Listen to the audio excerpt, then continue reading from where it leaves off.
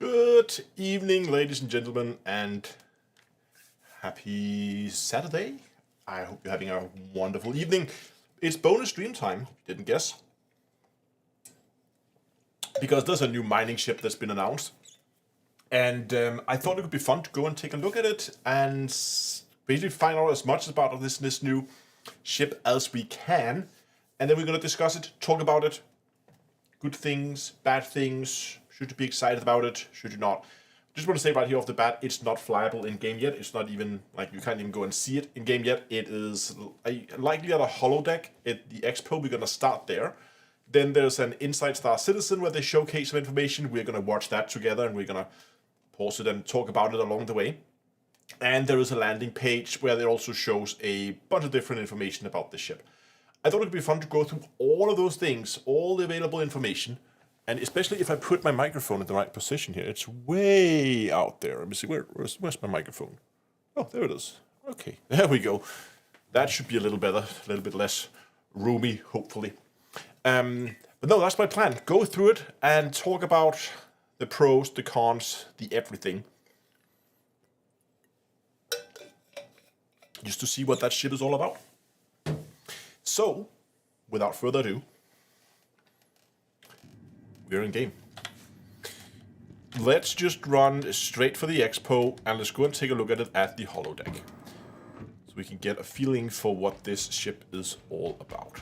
Look at that, it's daytime. How nice. Oh, what was that? Hey, we can actually punch in now without the whole thing just completely going haywire.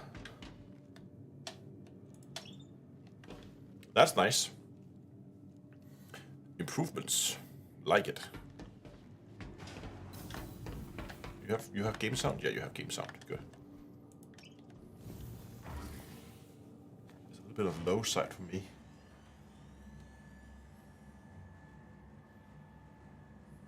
Might just pull the game audio up a little bit. It's a little bit low for me. And I can see it also looks like it might be a little bit low for you guys. Just pull this up to like 70. That looks a little better. Not overpowering the microphone, but still more audible. So you guys get all the nice ambience as well. Expo, here we come. Where is the expo? Good evening, guys.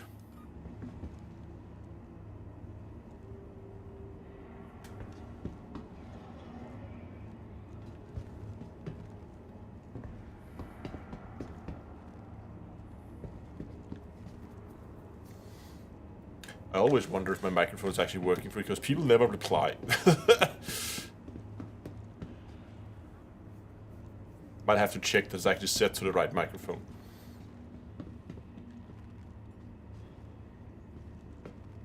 This is new.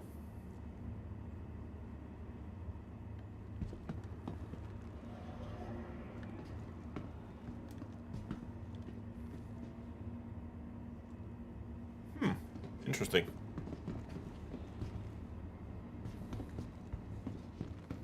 Howdy. Good evening, guys.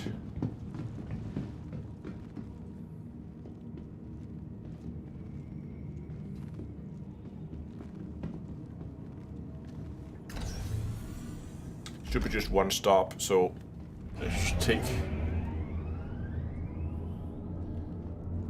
that one stop and then just quickly check if my microphone is set up correctly. And if that's why people never reply.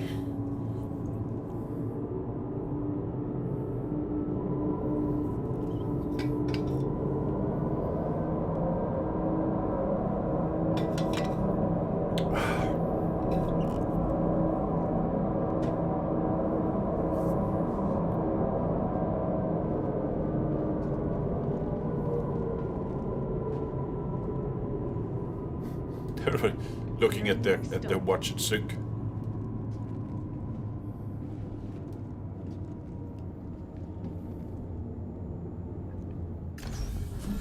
Expo Hall.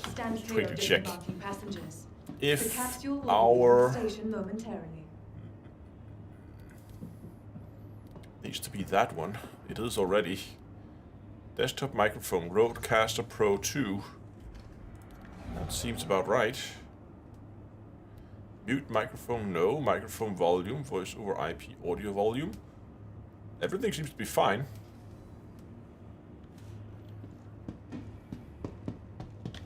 Hey, they upgraded. Look at that. Now they're standing on tables too.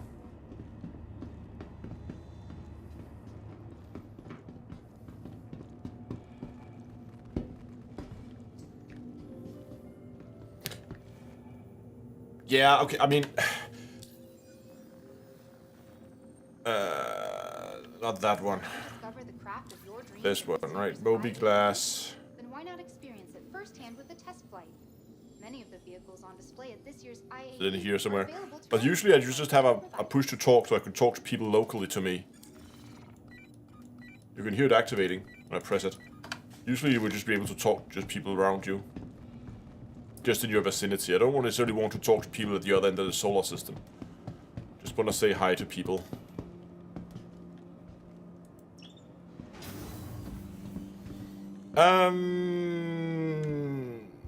RSI is in the Apex Hall.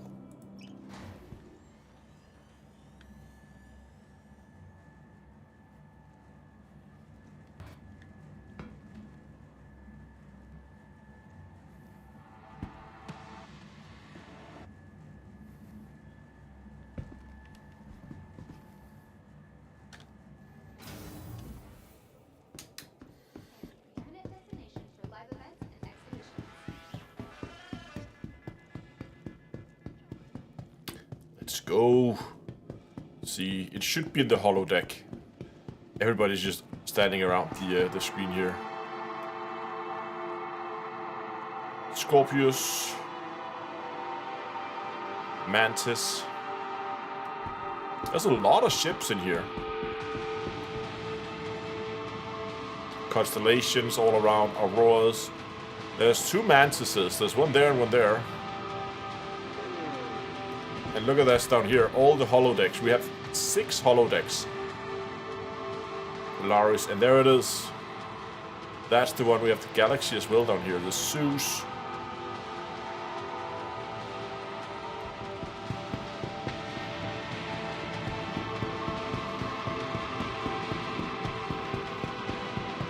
Just gonna go and take a quick look at the Mantis.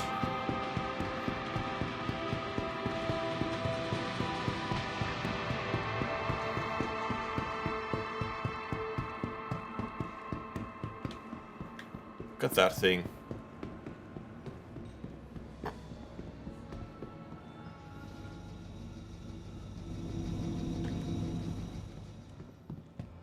Yeah, I'm getting sidetracked, I know.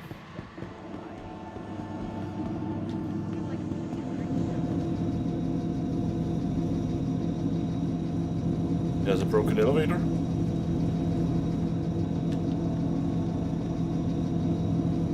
Oh, there it is. There's the button. Just gonna head inside. Very small ship.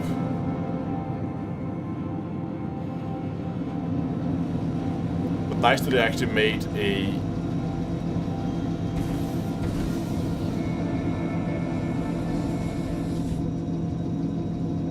You can't be sidetracked when it's your own unscripted bonus stream.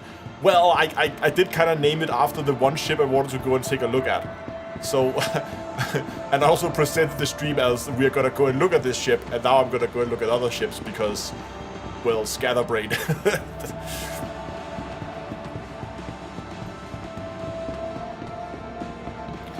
Look at that. The RSI chair. $9.99 on robertspaceindustries.com. Okay, the music is kind of loud in here.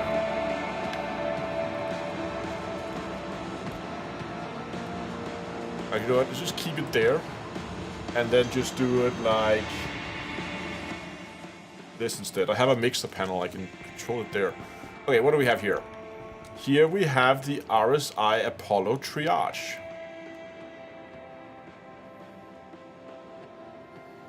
Medevac, so this is like an ambulance type thing. I'm not sure how big it's going to be. It looks to be slightly shorter, but similar in size to something like one of the Constellation ships.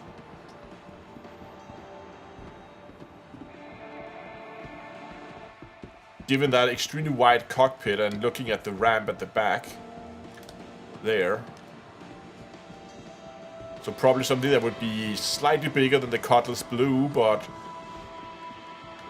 something akin to... I like this setup here where they just have a lot of bays that you can walk into. And this was... That's the Polaris. Corvette class capital ship. This packs a powerful punch with arrangement of turrets and torpedoes.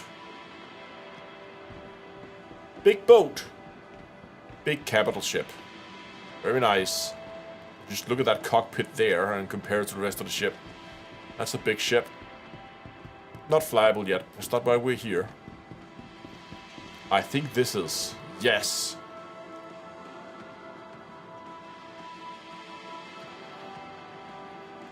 Heavy mining.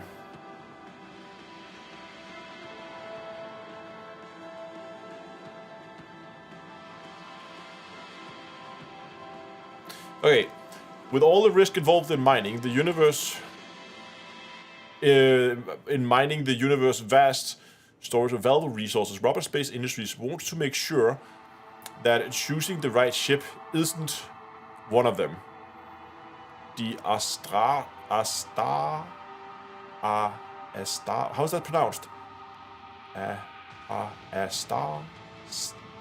Astarastra, I think. The Astarastra industrial mining platform. Get out of the way, dude. Is there a better one? Just another dude looking at this sign here. Arrastra. Arrastra? Is that it? Arrastra? Industrial mining platform. I will probably hear it when we get to the Inside Star Citizen later. Arrastra. Okay. Industrial mining platform was concepted from the struts up with safety and efficiency in mind. Remote operator seats provide extra protections for your crew. The onboard refinery is ideal for more profitable workflow. The automated mineral storage pipeline effortlessly prepare your gathered resources for transfer.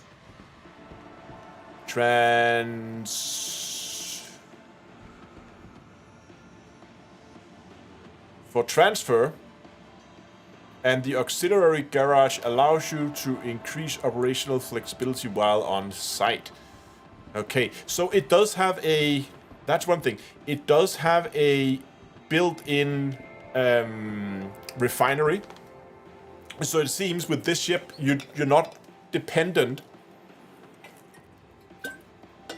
You're not dependent on having to go and get refining done at a station, but you can actually do it on site.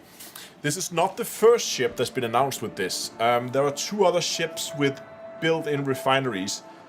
So it is a full mine. Exactly. You get, because normally you would have to go to a station to get refined materials, and you have to wait and blah blah blah. I've talked about this in the past when we had the, and I can't for the life of me remember the name of it. Let me just see if I can find that ship they announced a while back. Was it the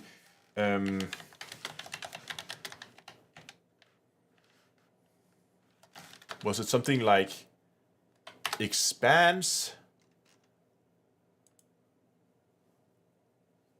There was also somewhere. There was also the Odyssey. One of them had a refinery. Hold on.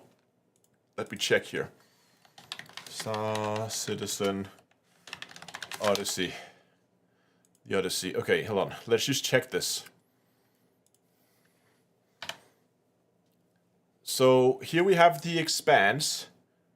This is still a concept. So this is the refining ship, right? This is a MISC Expanse. This is a processing. Yeah, so this is the processing ship.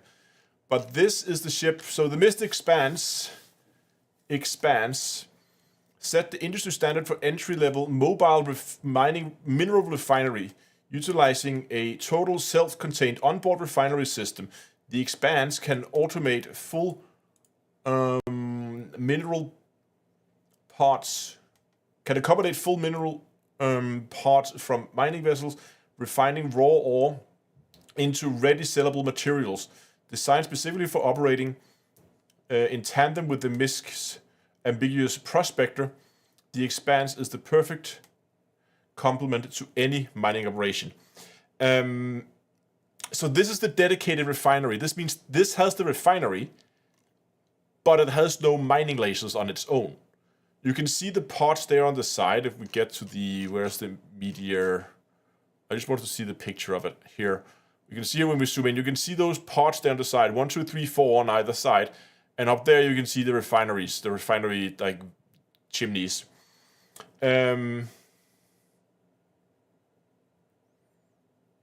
So, but this one won't be able to mine on its own, right? So the intent for this is sitting or flying alongside of a prospector, and then it will take the saddlebags from the prospector, refine the materials into ready cell. But where the material's gonna go, stuff like that, I don't know. The other ship that we just quickly want to look at was the Odyssey. Odyssey is much bigger, as you can see. This is also from MISC. The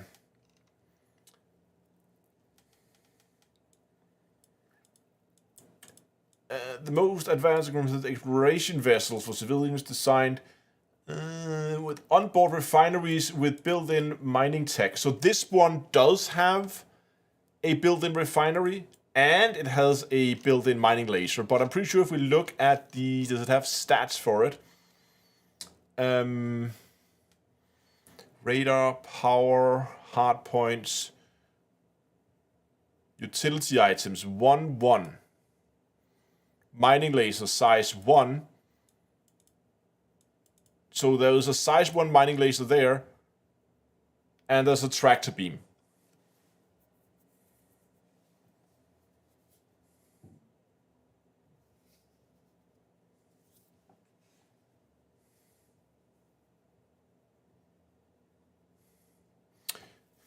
The best way to see ships info is always the com link they post for it. Yeah, but I just wanted to quickly check. So the thing is, the Odyssey here, while having a refinery, it only comes with a single size 1 mining laser. So that's the same you get on the Prospector, and this is a massive boat. Whereas if we then look at the Expanse and take the stats of this thing, if they even show those.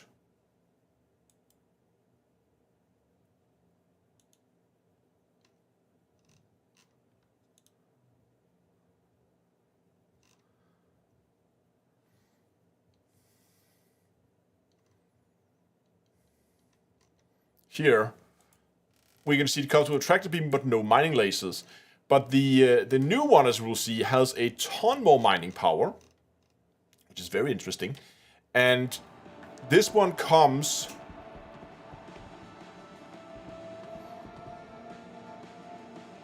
what's with the Expanse looking like a ladybug? Yeah, I guess. But this one, the Arrastra here, so we have the Expanse, it has the refinery, but no mining lasers. Then we have the Odyssey, that's a massive, big, bulking, like deep space exploration ship that has a single size 1 mining laser and a refinery. The Arrastra, on the other hand, has 3 size 3 lasers. Remember, we have size 1 lasers on the Prospector, we have size 2 lasers on the Mole, and now we have the Arrastra with 3 size 3 lasers. So we go from 3 size 2 on the Mole to 3 size 3 lasers. These are going to be big lasers, and we know with the latest mining overhaul that they are going to increase in power as you go up now. They didn't do that in the past, they do that now. So you're going to have a ton of mining power on board this ship with those 3 lasers. And also with a whopping 512 SCU of material storage. This thing is truly meant to just go deep. Like, you go into Pyro with this thing with a crew, and you can stay out there for hours, if not days, before you have to get anywhere near a station in order to sell. And when you do need to sell, you will already have all your materials refined already. So I think that's pretty cool, and it's gonna be an awesome ship. I just want to check the other holodecks. Well, let's just actually go and see if we can't find let me just find I have a few pages we need to go and look at now. There is this one, and then there is the Arrastra.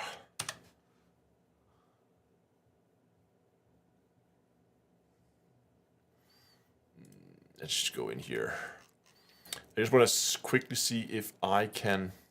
There are 2 pages that I want to take a look at. I just want to see if we can find it in here. Ships from Robert Space Industries.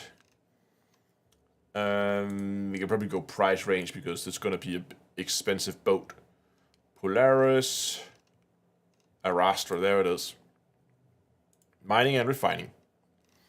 So there is another comms link page. We're going to take a look at that in a second. I just want to show you the base layout of it. Here, you can see here utilities. We're going to have a tractor beam to be determined the size, but there's going to be 1 tractor beam on it. But you're going to have 3 mining lasers. You can see the little 3 there, meaning you're going to have 3 mining lasers, making this a very expensive option, but a option nonetheless. Well, the Astra should be a awesome ship when it comes out. Let's go and take a bit more of a deep dive. Yes, mining laser is going to be 3 size 3 lasers. We know that so far. So this is going to by far be the ship with the most mining power. It's going to have a refinery. And it's going to have a ton of storage. Let's just quickly go and let's take a look at the Discover page for this.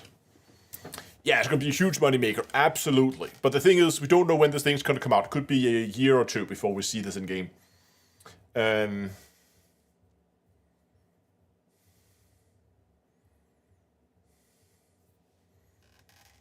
Okay, tackling the biggest job in the further reaches of the galaxy, the RSI's flagship deep space mining rig, large-scale operations that would traditionally require vast multiple ship fleets, managing troublesome freelancers and dealing with government interventions, can now be easily handled by a skeleton crew and 1 ship, providing the crew is skilled, and the ship is the Arrastra.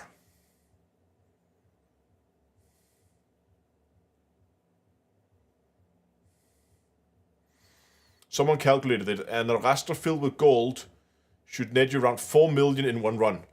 Yeah. So if you fill it up with gold, and again, you have to remember you have to run this with a crew, right? I mean, I'm not sure how good this is going to be as a solo miner. We'll discuss that later. A completely self-contained mining platform with habitation for 5, 3 independent industrial mining turrets, an onboard refinery,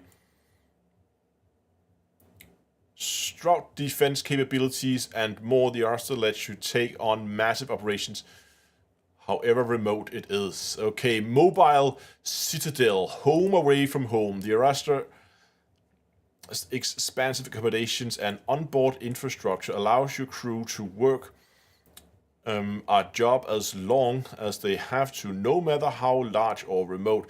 The massive vessels comfortably accommodate 5 human crew, several ground vehicles, and an entirely self-contained mining operation. Very nice. Mining on a massive scale. The trio remotely operated rail-mounted mining turrets. So you can see 1 there. So there's 1 on the top and 2 over there on the side. Rail-mounted mining turrets allows for flexibility in your setup. Divide and conquer 3 separate jobs at once, or focus your effort to take on truly enormous endeavors that even corporate mining fleets would find daunting. Fully self-sufficient, full-scale onboard refinery. No need no need to ship off raw materials for processing. The Arrastra's onboard refinery puts many dedicated facilities to shame, capable of processing massive quantities of raw ore quickly and efficiently with minimal interventions from the crew. That's nice. Eliminates the profit-killing remarkable of dealing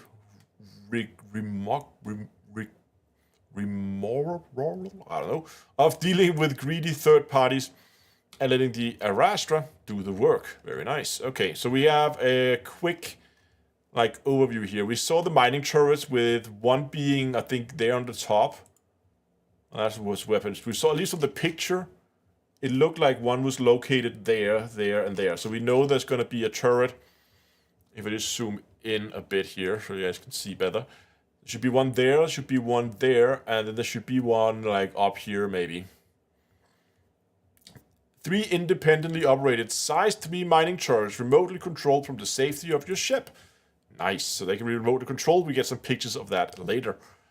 What else do we got? Weapons. An array of 12 missiles can be deployed as a defensive measure should you find yourself in a dire situation. Refinery. Full-scale onboard refinery processing raw ore into sellable materials on the spot. And here's the big one. External cargo. Move up to 512 SCU of refined materials via external storage racks. Massive amount of cargo. I mean, remember that we have 32 SCU on the Prospector and 96 on the Mole. Yeah, absolutely. This is like a dream come true for me, this ship, when it comes out. It's going to be a while.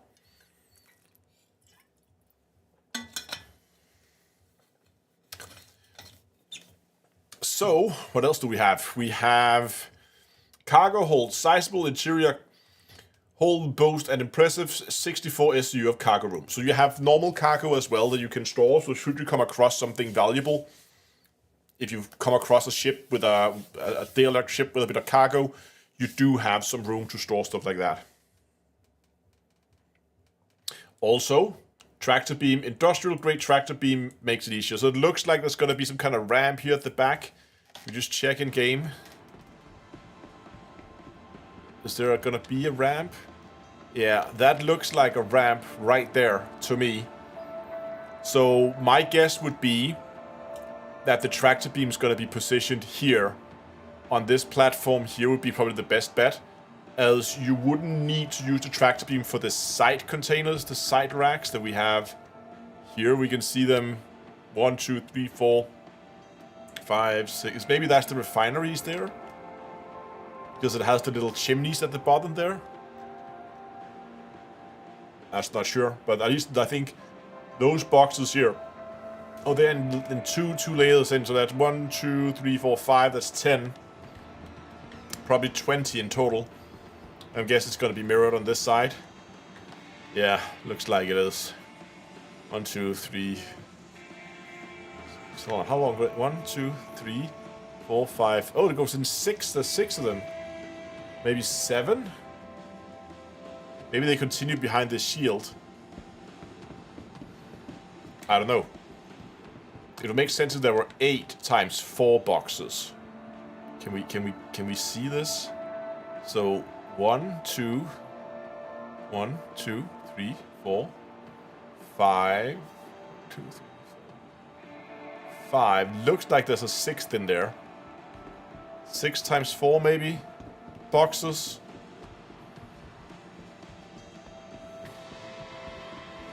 The Reclaimer is 400. How much is this one? Oh, it's an expensive boat. We're gonna get to that in a second. But it looks like also from where they put the dot that they're gonna have the ramp at the back, and then a tractor beam there to pull the cargo into the cargo hold itself, and also a vehicle-based sizable hold that can accommodate multiple ground vehicles. We get a top-down view, mining laser. I think that was a mining laser 2. Let's go for the next picture. Mining. So I'm assuming that these 2 here is gonna be for controlling the 2 mining lasers at the front, and then maybe the last one is pilot controlled. Maybe you can control it from the seat over here, but I'm pretty sure those 2 here is gonna be remote turrets for the mining laser.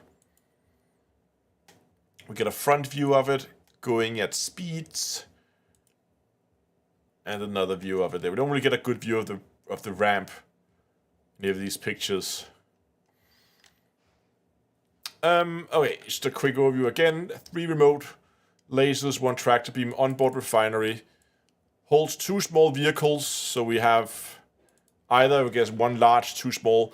It's weird that they made it for 5 crew, because, I mean, with 3 lasers, what are the 2 other people's going to do? Let's assume you have 1 pilot, and then, so 1 is piloting, and then 3 people on the lasers, and then you have 1 person just standing around. 64 SU of cargo, 512 SU of external storage.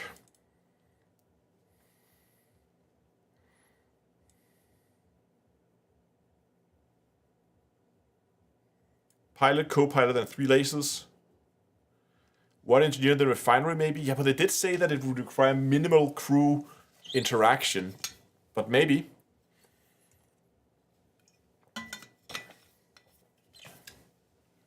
That is something we can only speculate about. Special to celebrate the Intergalactic Aerospace Expo, non-warborne pledges for the Arrastra includes a 10-year insurance until November 30th. The Arrastra is being offered for the first time and a limited vehicle concept pledge.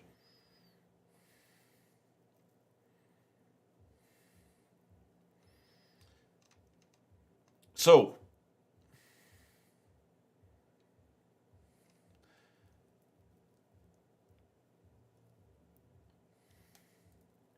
you guys were talking about prices. They are expensive.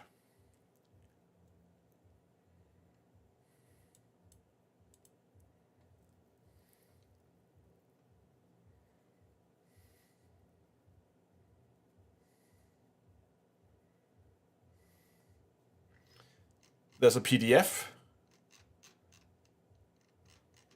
Alex, where's the PDF?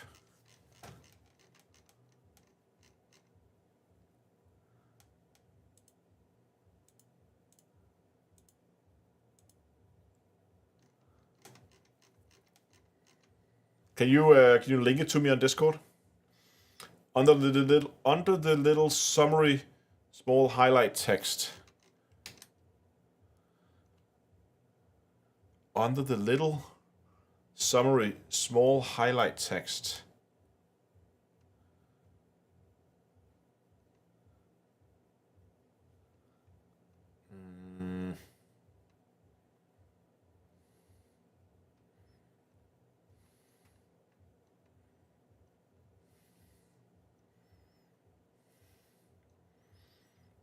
Very expensive boat.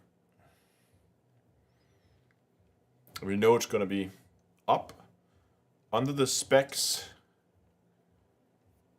So under the specs, am I completely blind?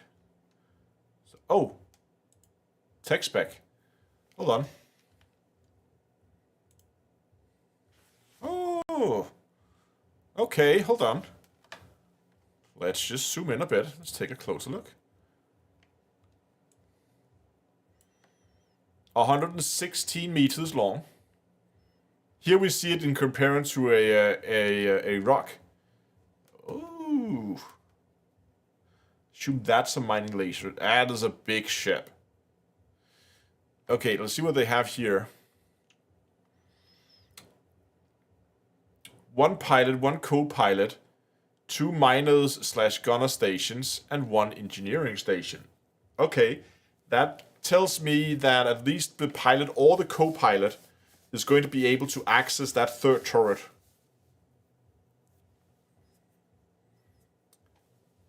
Well, what kind of taxes added? 575 in the US. Yeah, it's Danish taxes. They add 25% VAT here in Denmark. They have to, by law, so. Hello, Hawks. Yeah, I'm really excited for this ship. I mean, this is for everything I wanted from a ship in Star Citizen. I think of group minings, but again, buy a CCU. Yeah, I might get the CCU from. I think I saw what Dunkel posted on Discord from the Hull C and up. Because here's the thing. While there's no war bond on this ship right now, if we're gonna try to be tactical about it, and if you want this ship in the future, what you can do is you can get a CCU for it. And here's the clever part, because the ship's price now is likely lower than what it is when it becomes available. So if you know for sure that you're going to get the ship, here's what you do. You go into your account, you go into your hangar. In your hangar, you click on upgrade. And then in here, you find the Arrastra. It is right there. You can see here's the price, and this is of course without VAT added, any taxes added. What you do here, you go to from ships, and you click all ships, scroll all the way to the bottom, and then you have to hold D actually. So there you go. Now it adds the tax. So you can see here that the upgrade price here is 25 US plus tax is then added here, right? So, but that means that I now, for now, I would have with Danish tax to pay 31.25 US for this upgrade. There's no money to be saved here as you would normally when you buy CCU chain links. But the thing is, it is very likely that the price of the Astra is going to go up when it is released. And it's actually flyable. That happens quite often. But you're still going to have this CCU chain link. Yeah, of course, you will have to apply all the way down from some kind of LTI token and then all the way up to the RSI. But the trick with this is, let's assume that it's 575 now, and then when it goes live, let's say that, and you pay the full price for this with the tax, right? But then let's assume when it actually goes live that the price increased to 600 or 625 or something like that. And in that case, then you end up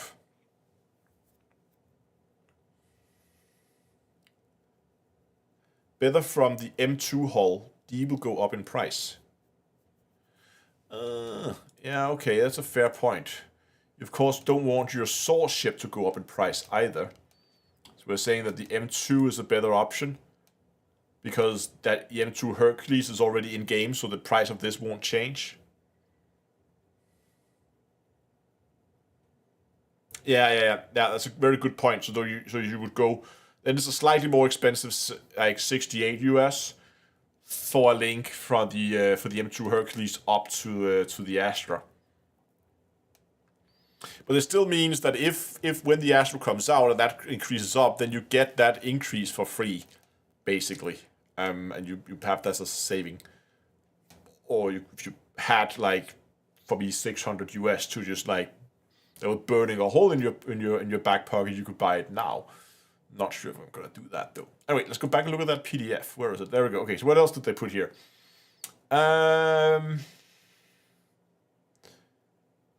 Interesting. Look at that. So the flight length is 124 with a landed length of 116, indicating that somehow this thing is going to extend. It's going to get longer when it flies.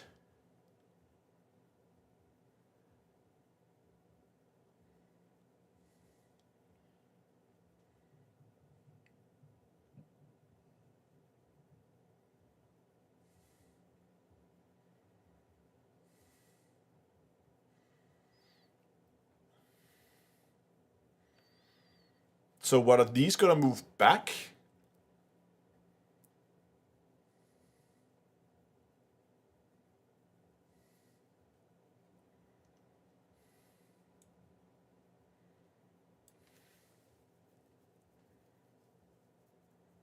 Because there's nothing here at the front that says...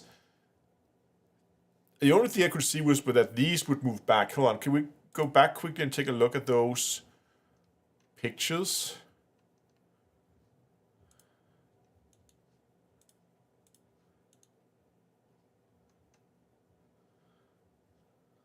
There were like a top down there.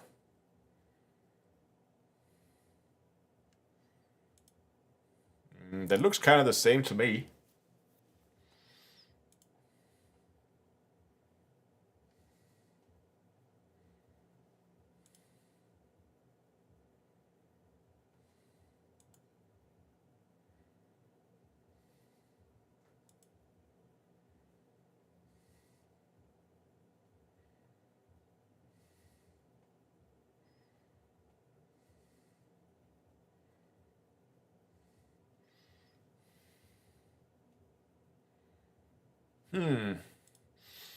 That's odd. Anyway. So the width, it also becomes wider when it is.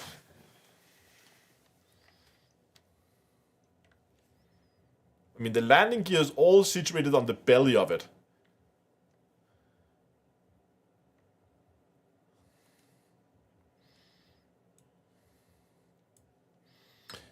Size 3 radar, size 3 power plant, size 3 quantum drive, and 2 size 3 shields. Okay.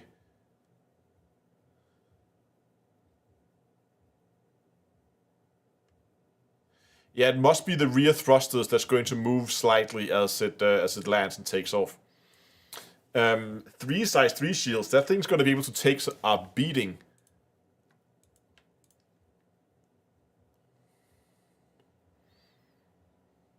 So, C2.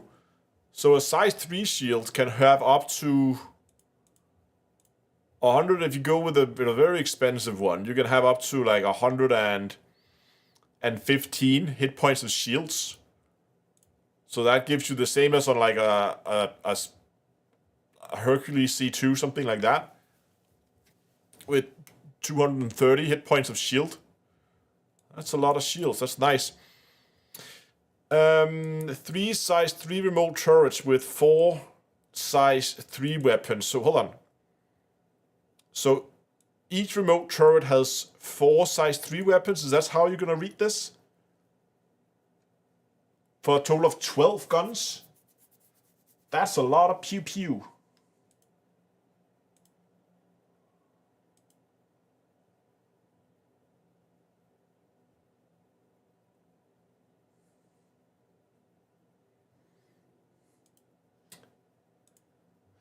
Everything is subject to change, and often does. Yeah, that's true. This is just where it is right now, of course. Oh, hold on. So the missiles are pilot controlled. The size 4 missiles are pilot controlled. There are 8 size 1 missiles not pilot controlled, and there are 2 size 5, the most might be the torpedoes, that are also pilot controlled. And 3 remote monitors and laser. Rest of the specialist published. Blah, blah. Okay, so just disclaimer saying blah blah blah. This might change. I wonder if these like rotate out and becomes more vertical when it goes into flight. It kind of looks like it may be that. You can see those fins there stick up vertically. So maybe they flip like in and go out. I don't know.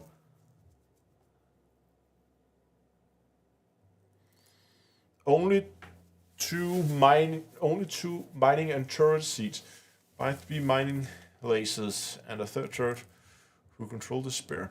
Yeah, so that's what's confusing me as well from the cockpit view we had of it. Because it looks like the mining is gonna do double duty, so it might be that if you are in those seats that we saw, where was it? Here. If you are in these seats here, it looks like you are gonna be able to choose whether you want to go and control a mining laser, and you're likely going to control where was that? One of those up there. You have the 2 mining lasers up on the front of it. I think those are the ones you're going to be able to control from the 2 seats that we saw in there before. From those, right? They're going to control those 2. But as they also say here, crew-wise, we're going to have a pilot, a co-pilot, 2 mining and / gunning stations. So that means either you're going to be able to control one of the remote mining lasers, or you're going to be able to take control of one of these remote turrets with 4 size 3 guns on each, which is a lot of pew pew.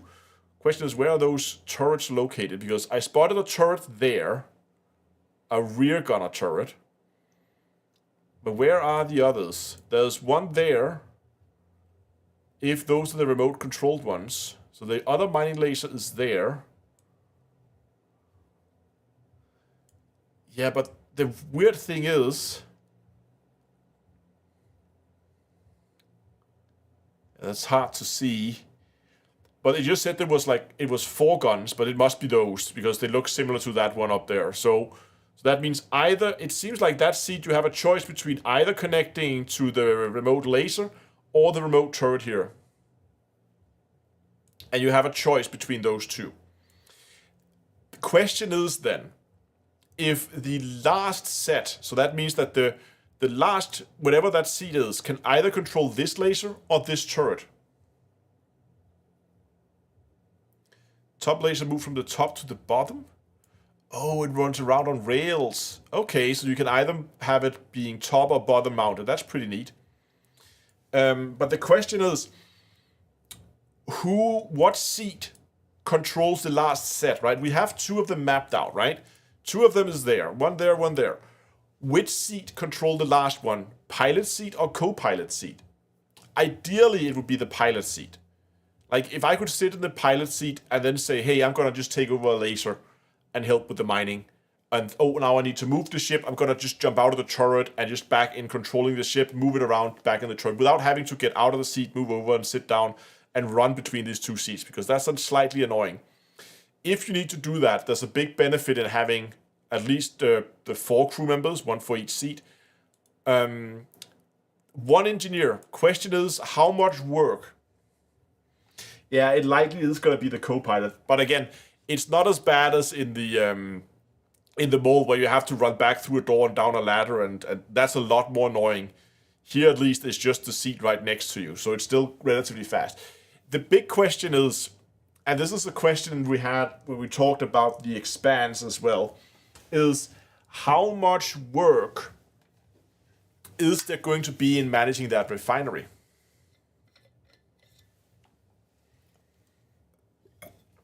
We haven't looked at the Inside Star Citizen yet. We should do that. There's probably a lot of stuff there.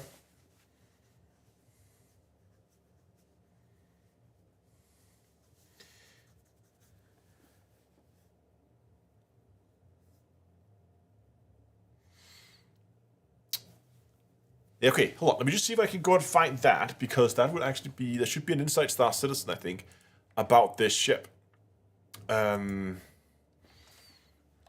Inside Star Citizen.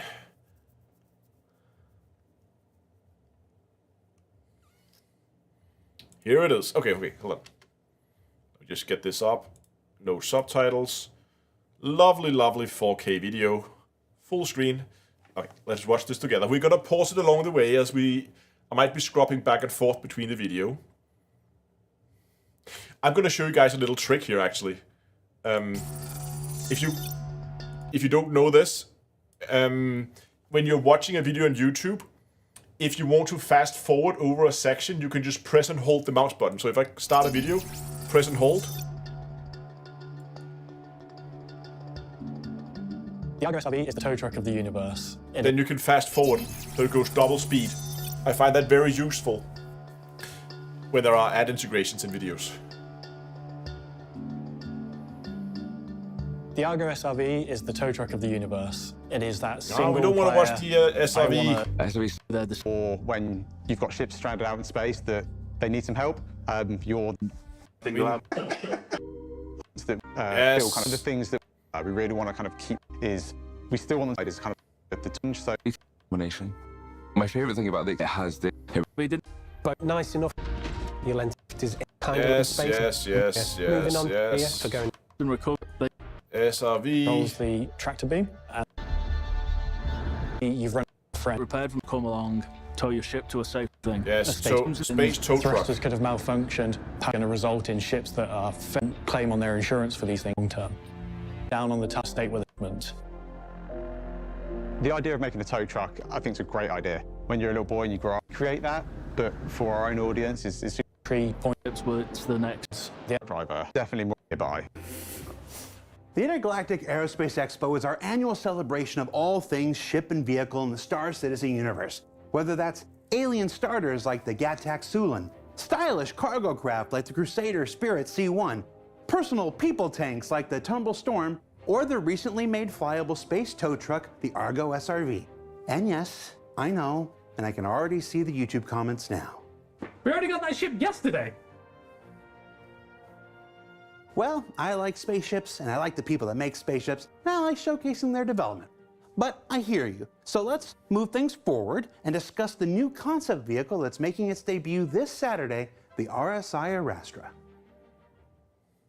Okay. Last year for CitizenCon, we did a vote to decide what vehicle you wanted to see next, and the winner was the mining ship. So what we ended up doing is the large RSI mining ship, which has turned out to be the RSI Arrastra. What is Arrastra? Absolutely no idea. Primitive mill, that's used in grinding ores, I think. The name Arrastra derives from the ancient mining tool and technique.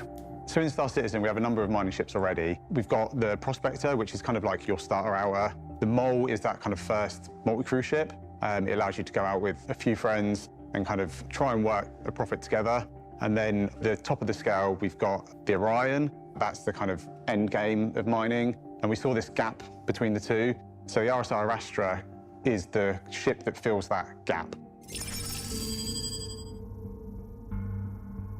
So the Arrastra kind of combines the core visual elements that we've kind of developed over the years of RSI. It still has that definite triangular arrowhead shape to it, so it still feels at home within the RSI family.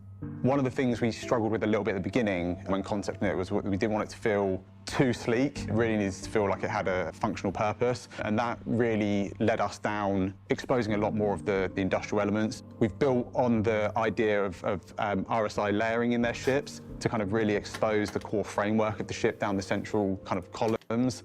Yeah, that floating body in the beginning was pretty nice.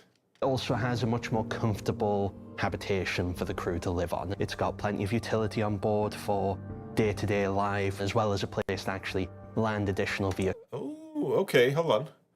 vehicles in the back.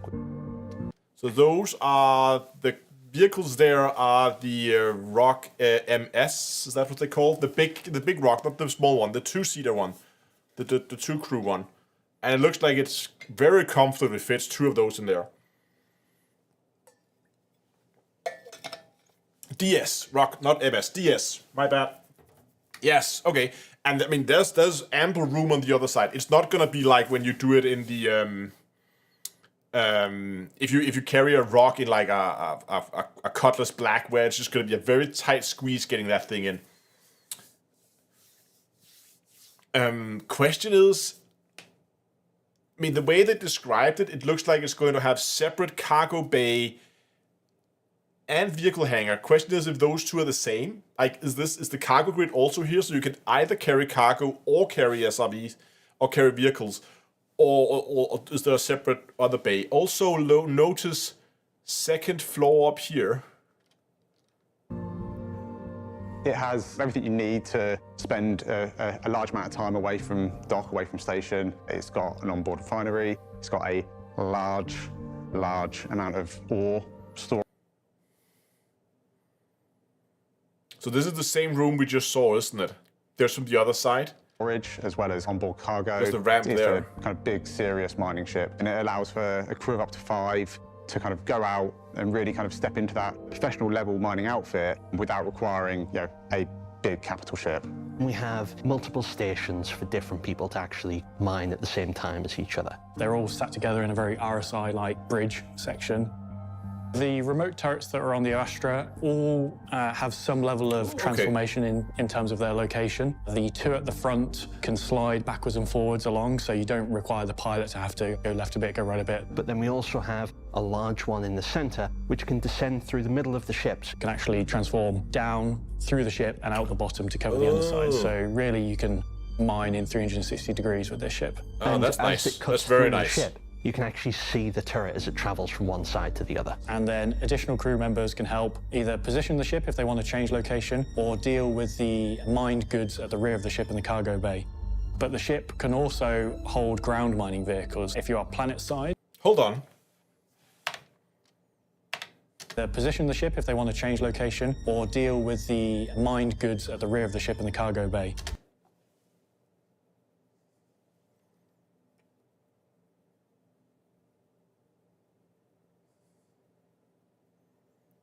Hold on.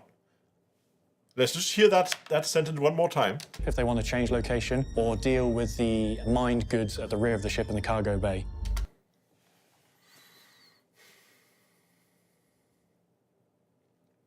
deal with the... So does that mean that the mined material goes into the internal cargo bay? Is that how you guys understand this as well?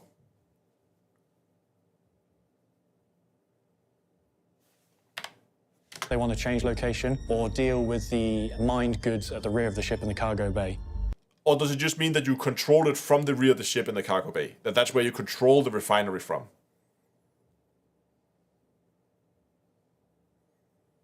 No, because the weird thing is, like, he said goods instead of ore. They want to change location or deal with the mined goods at the rear of the ship in the cargo bay. Yeah, so the mined goods, because it says goods and not ore, I assume he means the stuff that comes out of the refinery. Raw materials...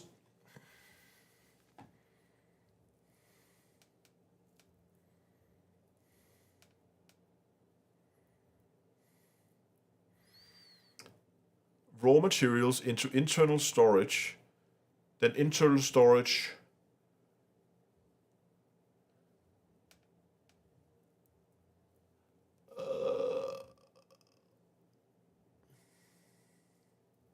Yeah, okay, hold on. Hold on. We need to make a quick drawing here. Hey, nice. I got kicked out of the game for inactivity. Hold on. Let me just actually, you know what? We could do this in the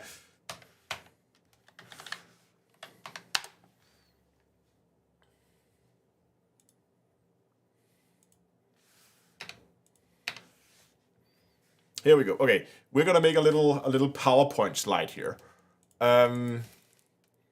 So insert shape. Let's find a shape for a mining laser. This is a mining laser. No, we're gonna find something else. Insert shape. Icons. Laser. Mining. Okay, here we go. So these are the mining lasers. We have 1, 2, 3 mining lasers, right? There we go. Okay, 1, 2, 3 mining lasers. Then we have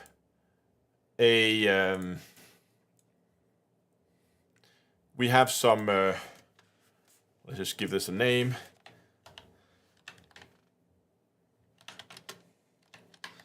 Internal cargo.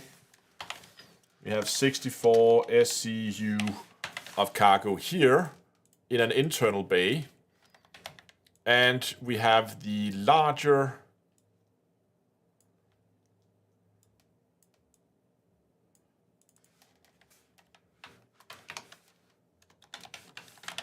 external cargo where we have 512. Refined is less than raw. No, are you sure? Not today. Today refined. Isn't that the same today? At least it was last time I checked. Okay. So we have that.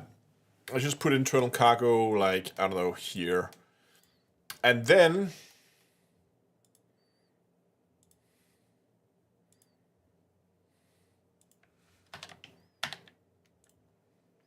need some kind of factory.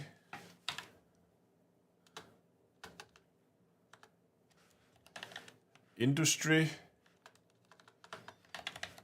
Building. Refinery. What does a refinery look like? This is a refinery. Okay, so we have the refinery as well.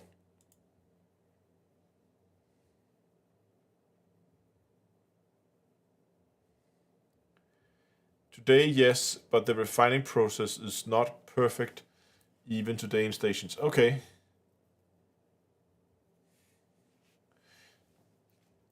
It's still unclear. Don't you lose some during the refining? So okay, so the question is, all of these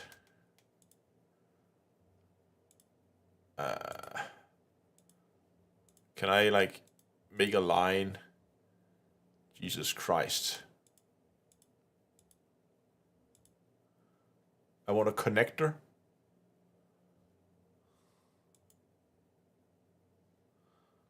Here, line with an arrow. So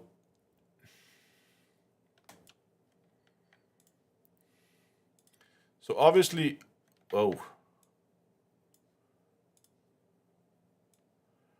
all of these are going to go to the same location.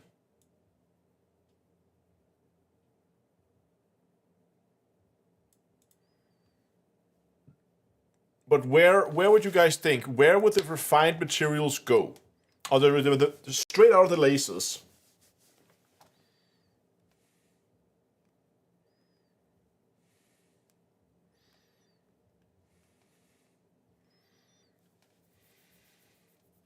Didn't they say that the external could hold refined ore? Pretty sure they said that somewhere.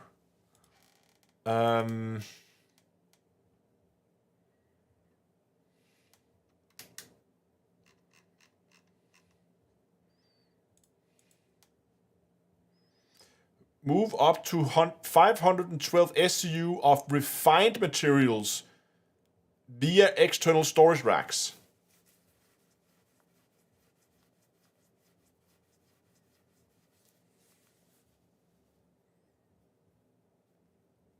Exactly. So it says here that the external storage rack is for refined. That indicates that there must be a line going from the refinery to the external there. Right? So my guess is that the way it's going to work is either this goes straight to the refinery or it goes to internal cargo. I have a feeling that the mining lasers is going to go straight into the refinery. Like so. Right, so this one connects to that one and connects there. This one connects to that one. I don't think the internal cargo is necessarily used here.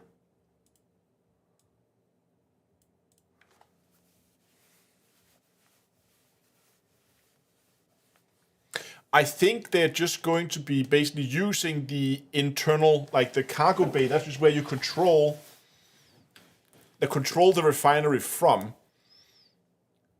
I think, because they said you can control it from the rear, I think the way it's going to work is just like with the refineries you have now, and a bit like we have with the salvage processes. You know how the salvage processes today, how they have a capacity? I think the way it's going to work is that the refinery is going to have a SCU capacity. Like it can contain, let's say that it can contain, I'm just going to say 8 SCU of cargo. Okay, just to like throw a number out there. Or how much is a saddleback? Hold on, how much is a saddleback? So there is 8. There's 8 SCU of cargo in a normal saddleback on something like a prospector, right? I know the saddlebacks and the mold is different, but let's say 8 or 12 SCU. Let's say 8 SCU. So I think you mine here, mine, and that mined material, just like with the refineries today, the salvage processes today in something like the Drake Vulture, that unrefined materials go straight into a hopper in the refinery. When the refinery hits its capacity of 8, let's say it's 8 SCU of cargo, then someone has to go and press a button and say, please refine this material, and you might have different methods available. Just like you have today where there are different refining methods. It may also be able to have, maybe not all of them, but at least a subset of refining methods available to it. You're going to be able to pick one and say, I want that one, and depending on which one you take, it might take less or more time to refine, and you make a trade-off for more or less profit at the other end. Simple like you have today with the refining methods, where either you get a lot of profit and it takes a long time, or you get less profit and it just is like done like that. Something like that. And then when it's done refining, it goes to the saddlebags, which is not going to be saddlebags, but it goes to the external cargo here.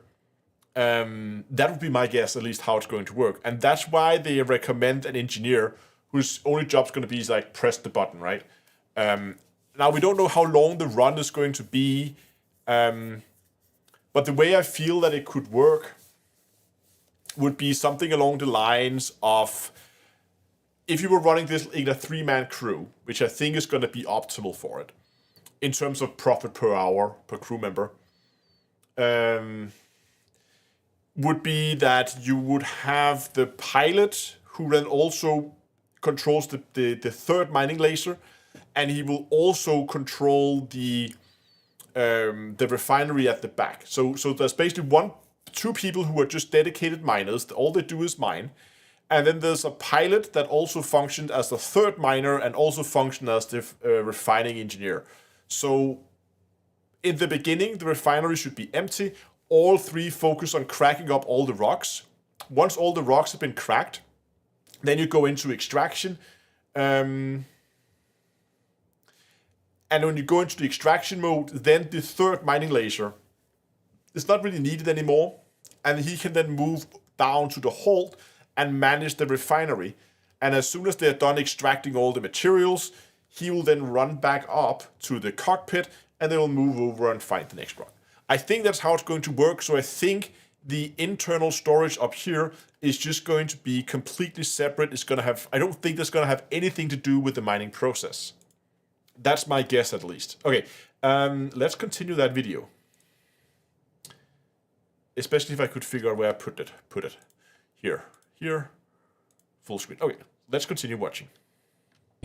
But the ship can also hold ground mining vehicles. If you are planet side, some of those crew members could take mining vehicles that you've stored aboard out and do some surface mining whilst the ship hangs around nearby to tackle some ground mining rocks. So this ship is really perfectly placed for people who want to go mining but don't quite know what they're going to encounter along the way. They are equipped to tackle anything on the surface, anything on space. One of the benefits of concepting the Arrastra now. See, that looks like the refinery.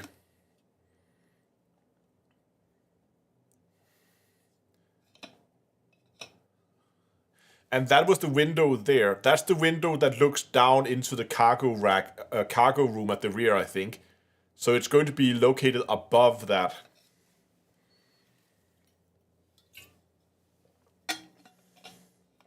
Will there be a refining minigame where, depending on your skill of that minigame, you will either get 100%... I mean, maybe they are going to do something like the like you do with the mining gadgets, where there is a little minigame and you can and you could then sit and depending on how much time or how good you are, you could fine-tune it more or less. That might be a way to do it as well. They said, okay, they said they're not adding a mini game in until everything is flushed out better, as they don't want to overcomplicate things. Okay, so no mini games, it's probably just going to be like a button you press. Now is that we know a lot more about. One of the benefits of concepting the Arrastra now is that we know a lot more about our game, a lot more about how mining works and kind of features in the game. That gives us a much better understanding of what's important for a mining ship. And that's one of the things that we'll take on to when we kind of deliver the Orion in the future. So this is a great example of how development on some ships improves and expedites others. Compared to the Orion, this bridges the gap in a few nice ways. It leverages all the existing mining loops and mechanics that we have in-game at the moment, whereas the Orion is going to be solely mining in space. It is a big ship designed for sitting out in deep space, mining big asteroids. It won't be capable of going down to planet size and mining on there. What we kind of learned from the Orion is that a lot of our RSI ships feel very, very aggressive. They feel very military and fast. And if you think of like a big industrial mining ship, the Orion is kind of the opposite to that. It's this huge kind of bulky ship that is very purpose-built. And what we want to do with the Arrastra is take the lessons that we learned from that and combine that with some of the more modern RSI art styles and manufacturing techniques. The Arrastra is the sort of all-in-one mining ship. You've started hand mining at the very start. You've progressed to, say, a rock as the next step, then a prospector, then a mole. This is the big step that lets you do a bit of everything. You can mine, you can refine, you can transport. And then if you want to go even deeper into that, then you go off to the Orion at the end. So, what did we learn this week? Okay. Interesting.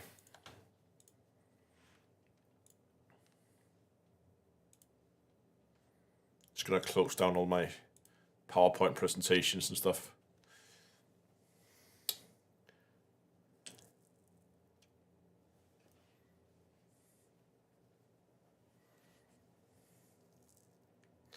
I just can't see this game coming out for any long time. No, the game is not gonna come out anytime soon. It's gonna be a while. That's the wrong bottle. That's one that says there's no water in it. It's gonna be a while before this game comes out. Absolutely. I mean, there's still so many ships that they have announced that's not there yet.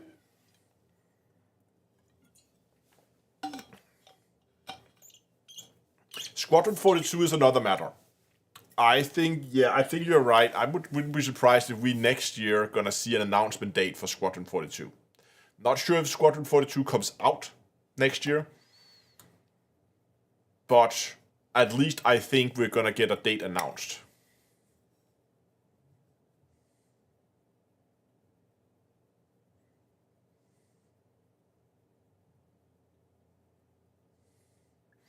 Am I going to upgrade to it, and what is the loaner? I believe the loaner is the mole, right?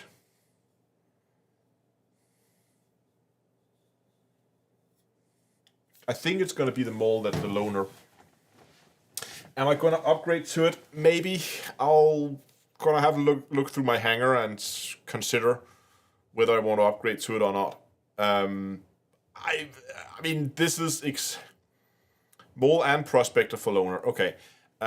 This is going to be right down my alley. I don't want to fork over like 600 US for a ship that's not flyable yet. So I could consider taking an existing ship, maybe. I don't know. I'll have to see what I'm going to do about that.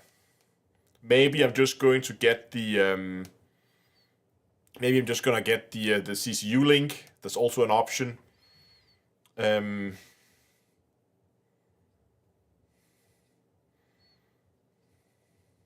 I don't know. Do it.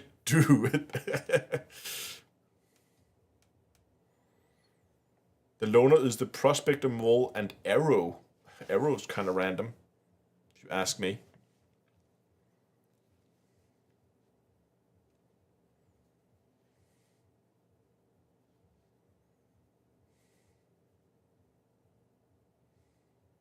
Let's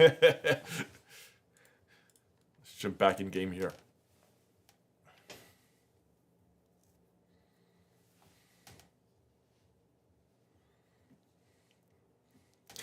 A cargo ship in there would have been nice. Yeah, it would, because then you can kind of start your own little mining operation already. It is crazy to spend 600 euros for a shipping game. Yeah, it's very expensive. I don't know.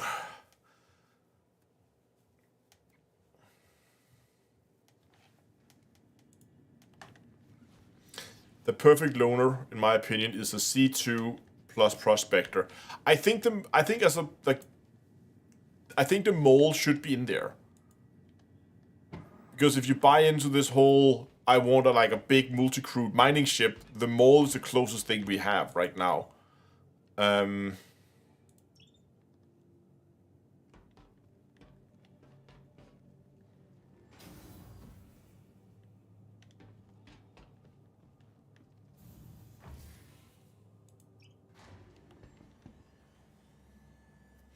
Yeah, I mean, the C2 link would make sense, but it's not war bond. Can you use store credit?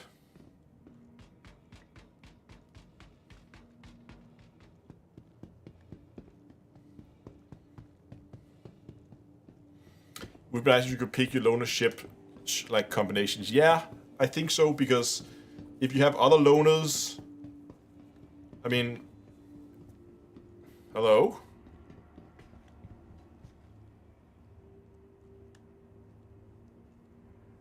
You okay, dude? You need a hand? Capsule now approaching station. Stand clear of disembarking passengers. You don't seem so good. I'm just gonna take this train. This dude is drunk out of his mind. Come on, get in here, dude. Dude, take a seat, man. You don't look so good.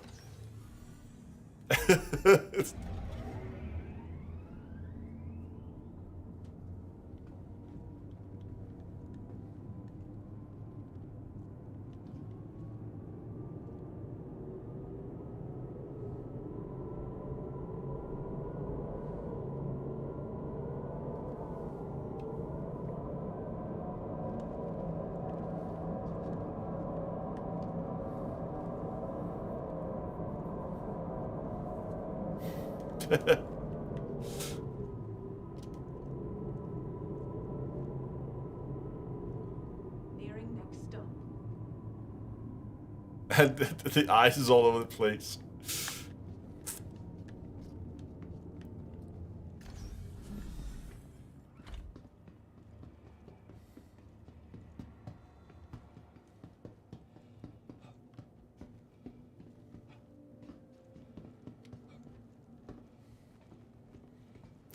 Just like coming home on a Saturday night, then.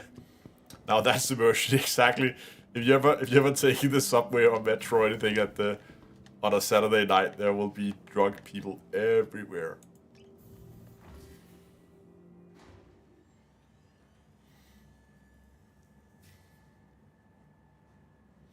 I actually have two prospectors. One is a loaner and one I have as a normal ship.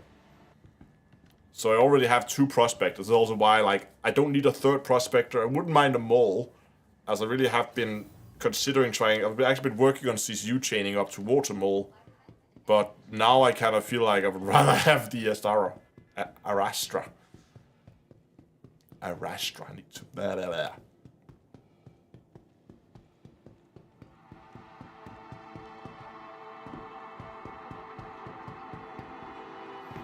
Nah, but the thing is, I want to keep my... yeah, okay, you're...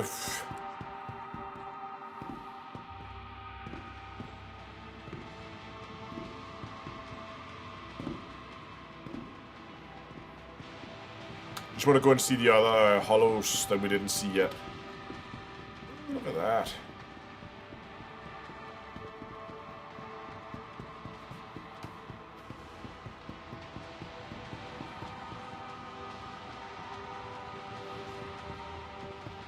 So, and here we have, okay, this one only has a single,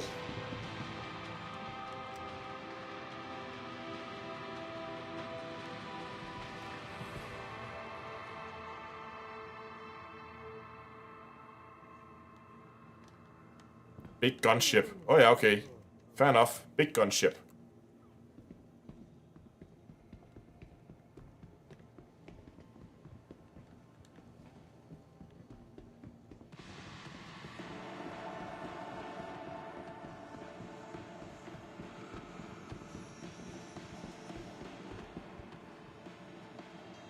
That's the Zeus.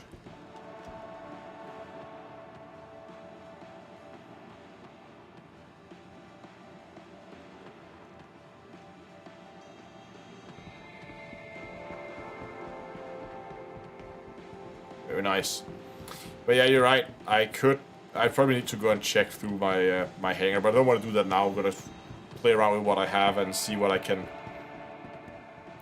meld and what can I upgrade. I might take the Prospector and see how much. I have a few links from the Prospector that will take me some of the way up there, and then maybe meld the ship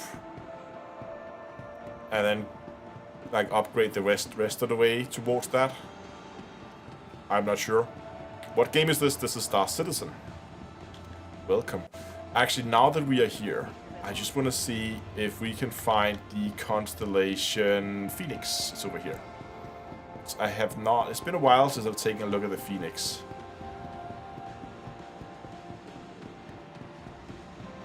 It really does need an overhaul, the Phoenix. It's an old ship now, but not really up to par with what we have with other ships. So, if you haven't seen the Phoenix before, in my mind it has a few design flaws. The cockpit here is fine. I'm not a big fan of all that, like, scaffolding around the outer edge that takes up a lot of the view, especially those two bars there at the center. Super annoying to fly with. But other than that, it's a fine cockpit. Turret right here. Back here you have the crew area, where you also have the only shower and toilet in the entire ship, which is that little porta potty there. But this was supposed to be like imagine like a limousine in space. It kind of does need a bit redesign, I think. The cable across the floor. Oh yeah, that one. Yeah. Someone just like, yeah, run a big old cable right across the floor of the cockpit. Oh. Someone called the elevator. Hello! Jump on board.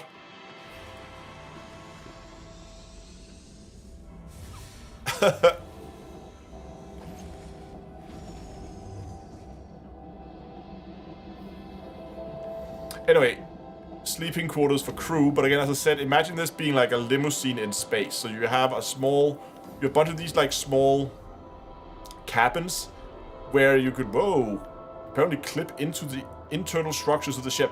But these would just be like sleeping pods, essentially. There is nothing in here other than a bed. There's no ensuite. There's nothing other than an aquarium, a bed, and a TV. So these would be, again, if you're it's not something where you like fly for many hours, but if you just want a quick nap, you can take a quick nap.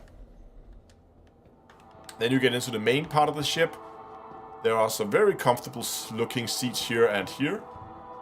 More here. Dining or conference table here if you want to have a meeting in the middle of it, or if you just want to have a party. This is, by the way, this is where they host all the Inside Star citizens. In case you haven't noticed. Right? This is where he's always standing. So, he's inside the Phoenix.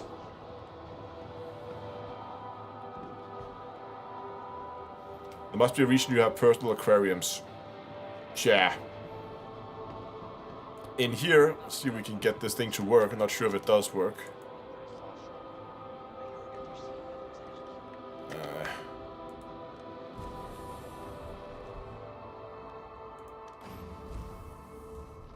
Nope. This thing here is supposed to be able to open. I think it's this button that's supposed to open it. And there should be a hot tub down here. So you can go there. But then again, here you have the only cabin with a double bed and a one-way window, which I assume you should be able to close off.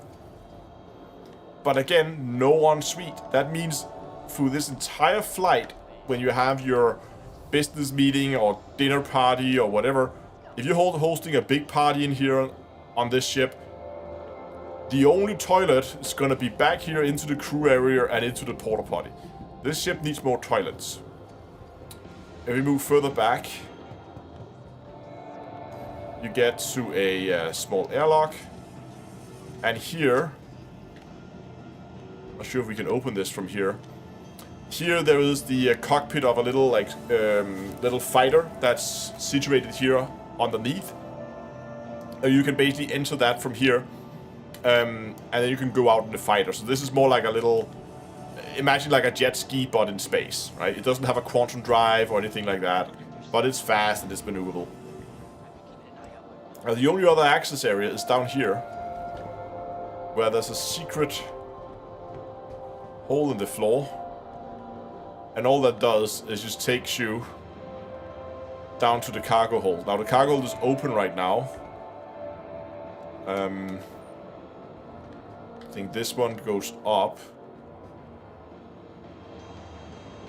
I'm not sure if you can actually call the cargo elevator from here. Can you call the cargo elevator from up here, or do you have to jump down? Actually, you might have to jump down. Ouch. Gravity. But anyway, you can imagine this whole floor would move up.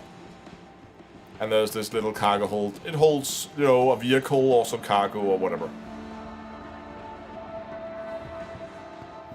Tagline for Star Citizen: this ship needs more toilets. Yeah.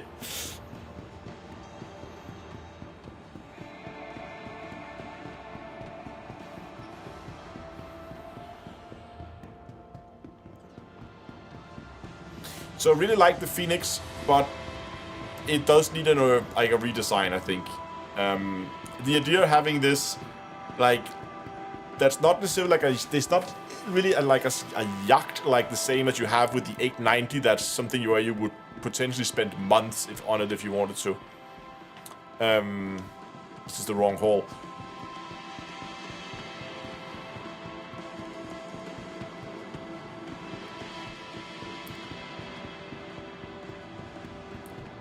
But I always imagined the Phoenix to be more of like your limousine, right? Where you have to, you might have to go like 2-3 hours, maybe 4, like shorter trips.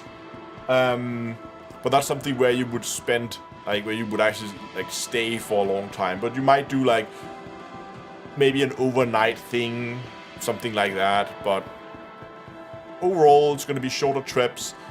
Or if you just want to use it as like a private jet, maybe, to host business meetings and stuff like that.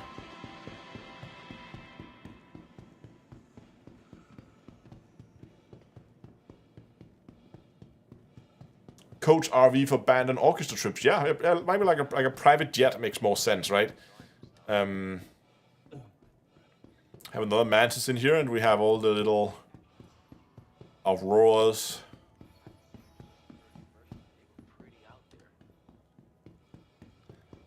Yeah, the 890 is more like your billionaire's yacht, right? Where, like, you can host a lot of people on that ship.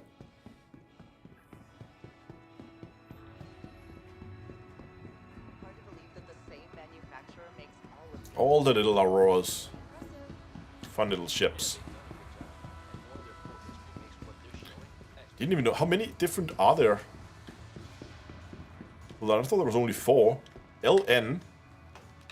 So the LN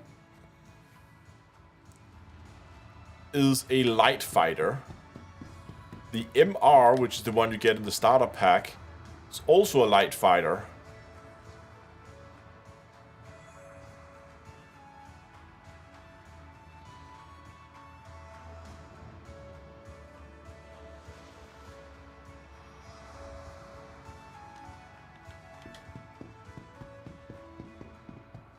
Oh, this one is more of a missile thing. It has missiles on the roof there.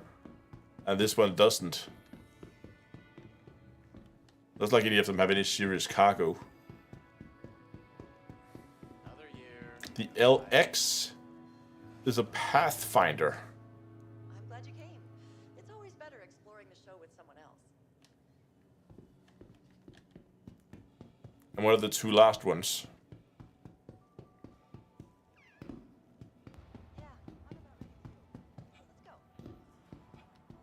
Yeah, ES is here. Is that the one you get as a starter? Or is it the... I can't remember. It is MR, right? ES is also a Pathfinder. And then you have the CL, which is also a fighter. There's so many variants of this ship. Even with the crowd, I definitely think IAE is worth going. Tiny little boat.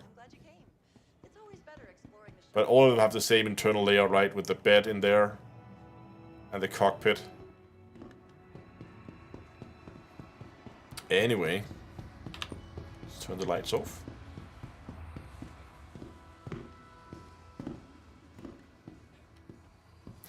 What do you guys think? So if we look at those 3 ships with refineries, we had the Expanse, we have the Odyssey, and now we have the Arrastra. What order and when do you think these ships is going to come out? What's your guys' take on it? Do you think they're going to come out in the order that they were announced? Or do you think that maybe something like the Expanse is going to come out a little early because it's a smaller ship? What's your guys' take on this?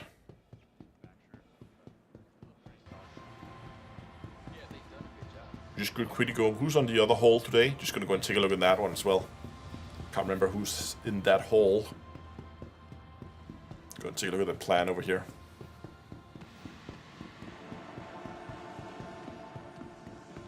No, that's not it. That's not it. Down here, there it is.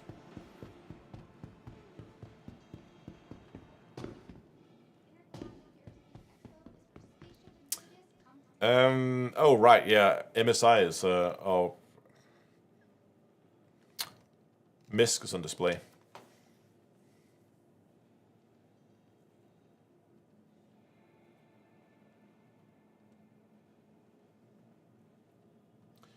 Do they order them in the feature tracker? Oh, good question. Because I'm just sitting here thinking, like, if you want to strategize about which ships to upgrade to,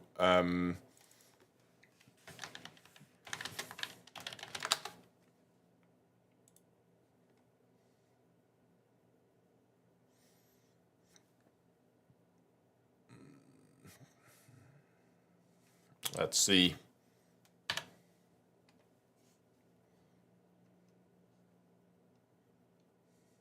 EU landing zones.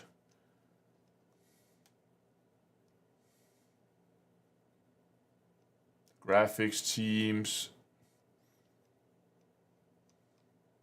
Networking, physics. Character art, Squadron 42 stuff. Vehicle concept art.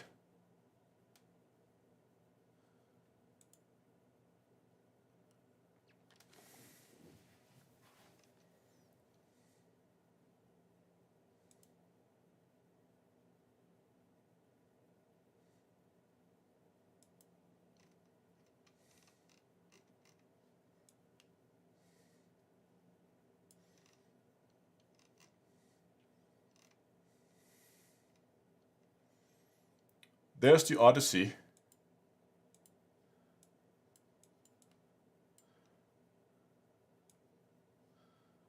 But this is the concept art stuff.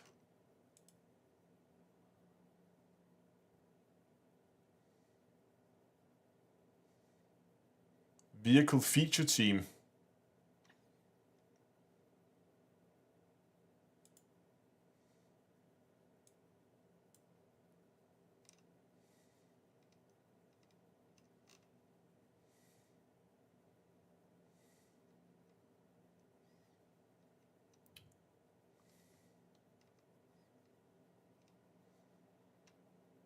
Mm-hmm.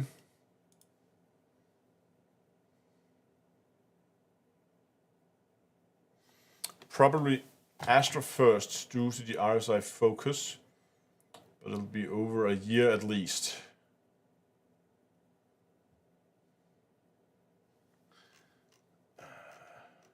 Oh, search in items. Okay, hold on. So if we just search here for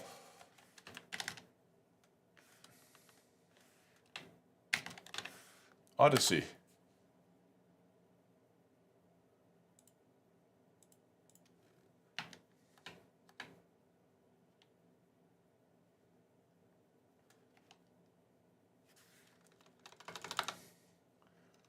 The weird thing is,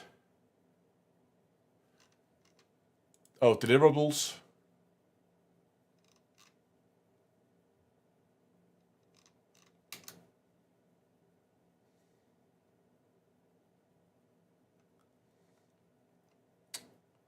Okay, hold on. So if we go to MISC Odyssey.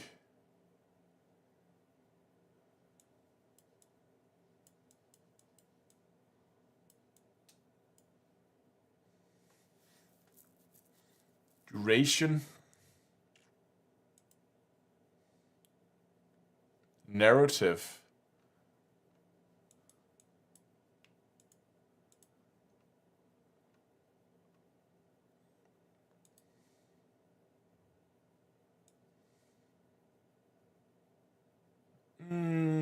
As a game-ready vehicle.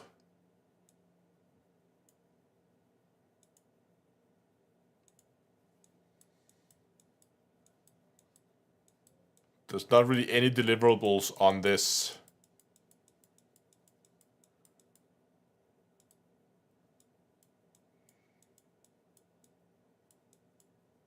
In the future.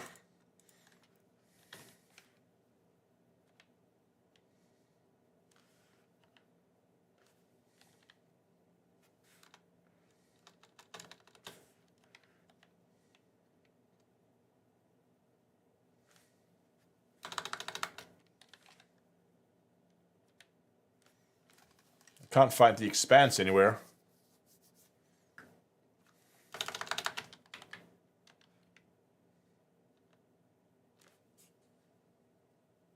And neither can I. Anything on refining?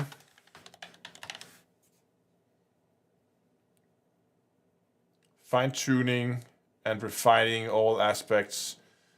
No, just Squadron 42 polishing. They have some deliverables here. They all have deliverables they're gonna be finished with.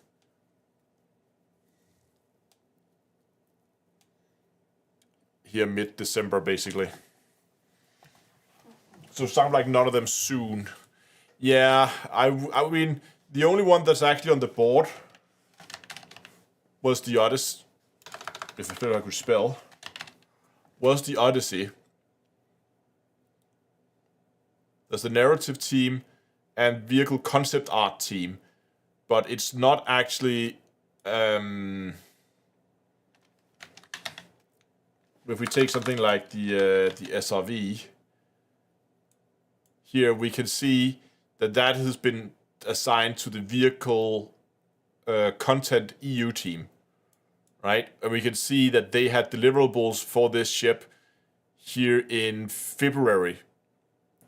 And we just got that now. Here, VFX. So that's the VFX team that then had the final deliveries on this ship here in July. And then the ship has just been put into the game now, right?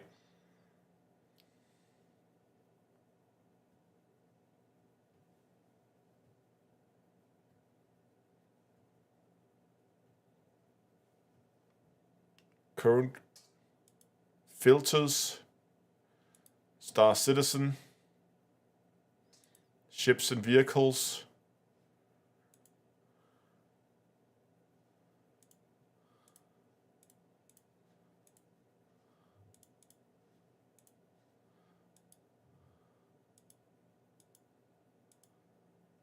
No, so this is just a control, so you can scroll with these, I think. I should probably put myself down here where I'm less in the way. And this just jumps us back to where we are right now, current quarter.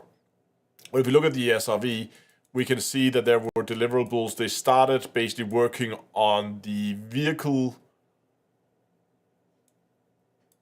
EU team started work on this back in April last year. And then they worked for almost a year on it before the SRV was ready. And there was a little bit of work done on the US team, US vehicle content team, and then finally the VFX guys had a bit of work on it. So that's probably like all the like effects and like quantum effects and stuff like that, I would guess. Whereas this is just a straight up like building the ship itself. Just to kind of get a feeling for the flow here, so we can see that a few months before that, they 1, 2, 3, like 4 months before they seem to have stopped work on it, it was actually introduced into the game, which kind of makes sense, right? Because they need to get it into the right patch. But then we go to the Odyssey.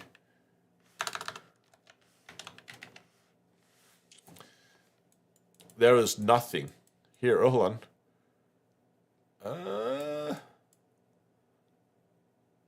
Okay, that was the concept art teams. That was when it was originally introduced. And there was a small amount of work done by the narrative team. But it seems like it has not even been scheduled for either of the vehicle teams. And this is a much bigger ship.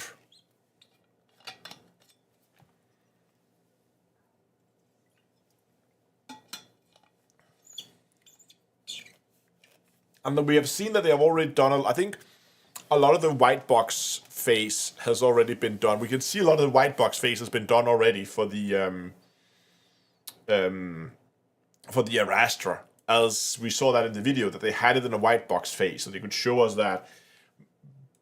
But it's not even on the board yet. But the Odyssey is on the board. But it seems like they're not actively working on it right now.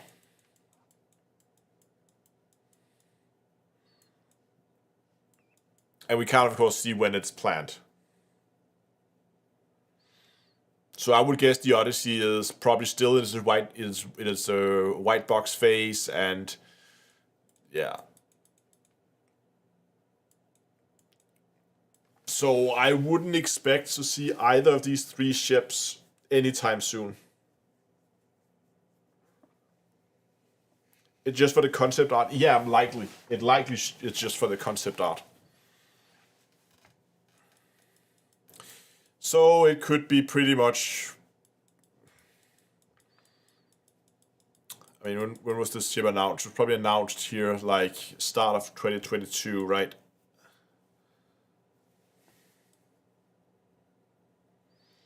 Big ships currently are RSI focused through 2024. Polaris is the next big ship to go live.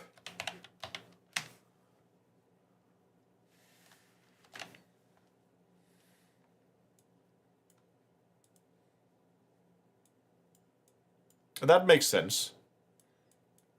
We can see here that the Polaris, the vehicle, is currently being worked on by the EU team, and that they're expecting to finish the work here mid-December. So I wouldn't be surprised if the Polaris is going to be right around the corner, right? So that follows the same as the SRV did. Then they're going to finish here. Then it was like 3-4 months. So like 1, 2, 3. So like April-ish would be a good guess for when we're going to see the Polaris in the game. Would be my guess, at least, for a potential launch day for the Polaris.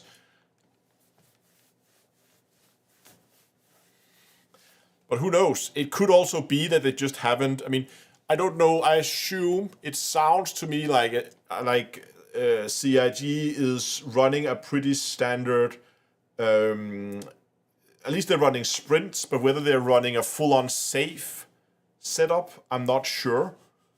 So for those of you guys who are in software development, you will know, we will be all too familiar with the idea of sprints. The idea with a sprint is that you, for those of you guys out there who don't work in software, is that you divide your work up into often 2-week chunks. And at the beginning of a 2-week period, you sit down with your team. Yeah, I'm pretty sure they use sprints, but I'm not sure if they use the full safe framework. But if you just use sprints, you would have a 2-week period. And at the beginning of your 2-week period, you sit down with your team and you say, okay, guys, what do we need to do over the next 2 weeks? And then you plan it out with stories and you say, this is probably going to take this long, this is going to take that long. And then you see how many hours do you have and who is off on, have some days off or whatever. And then you say, okay, so we can probably do this much work the next 2 weeks. You work for 2 weeks and then you repeat the whole process. And the idea with this is that you,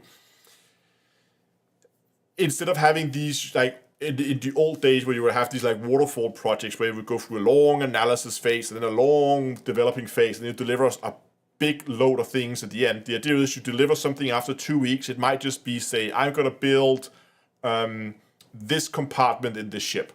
Great, I'm going to build a compartment in a ship. And then the next week they say, I'm going to build the next compartment. And then you deliver that, but you deliver something every other week. Now, if you're running safe, which is a scaled, agile enterprise framework, I think, something like that. I can't remember the acronyms. But the idea is that this is when you take Scrum, which is this whole safe, also this whole like sprint, this is called Scrum. If you scale that up to a like enterprise company size, then instead of just having small developing teams, those teams are then divided into like departments, and each department will then every like 3-4 months, something like that, they will hold like a bigger session where the entire department sits together and says, okay guys, what are we doing? This entire department, what are we doing? So that could probably be one of their, or maybe all their vehicle teams go together and say, what are we going to work on for the next 3 months? What's the plan going forward for the next 3 months? And you just do it on a super high level. You don't go into details with, this week I'm going to do that room, and this week you're going to do that room. So on the large scale, you would just say, okay, the next 3 months, we want to finish white boxing the RSI Polaris, for instance. Okay, great. Then that's your plan for the next 3 months. And then you have your sprint, 2-week sprints over the next 3 or 4 months, where you then say, now I'm building that room, and now I'm building this, and now I'm building exterior, and now I'm building whatever. And I'm wondering if they do that, because if they do that, then it would make sense why we see this stretch over 3 months, because that might be one of their like PIs, one of these longer planning sessions. And my guess would then be that they're going to end that session here mid-December when people go off on Christmas, and then they're going to start the next one. And the reason why a lot of these things is not on the board out here in the future is because they haven't had the planning session for Q1 of next year yet. That's probably going to happen here. So if they are running safe, I would expect that we are going to see beginning/mid-January that all of a sudden the first quarter is going to be filled out with plans that they have for the future. And that's why we're not going to just see plans going all the way forward to 2025 yet. I don't know. I'm just making guesses here. But I'm pretty sure they do use sprints.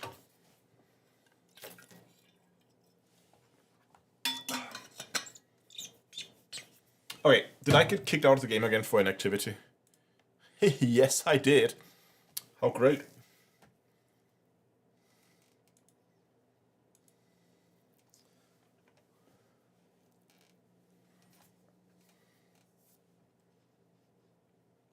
Anyway, that was a lot of business talk. I used to work in a company where we used SAFE. But we were also a relatively large developer. We had, I think we were like 10 teams with like 10 or 12 teams, I think, in total, with a total of 80 to 90 people working there. It was a relatively large department. Money from nothing.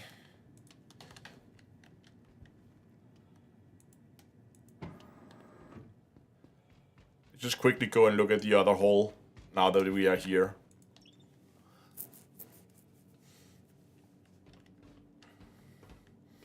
Luckily, the company I'm at right now, we don't really...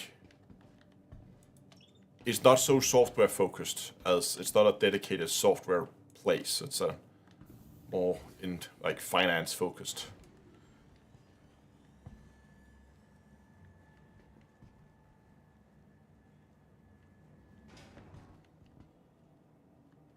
Doors, please.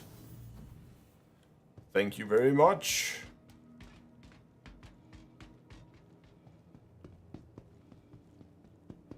It's a little choppy here. On game.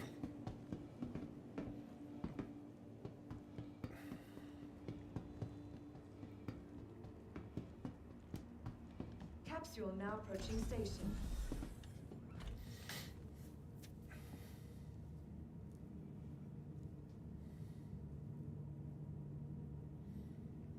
You're making your own indie game. Oh, that's cool. What kind of game are you making?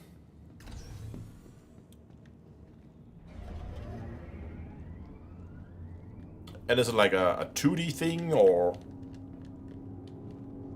Tell us more. FPS, first-person shooter? Okay.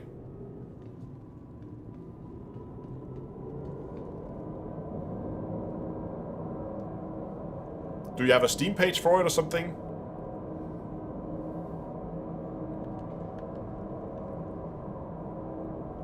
Or how far in the process are you with it? Or is it just like a hobby project for yourself, or what's the plan with it? Nearing next stop.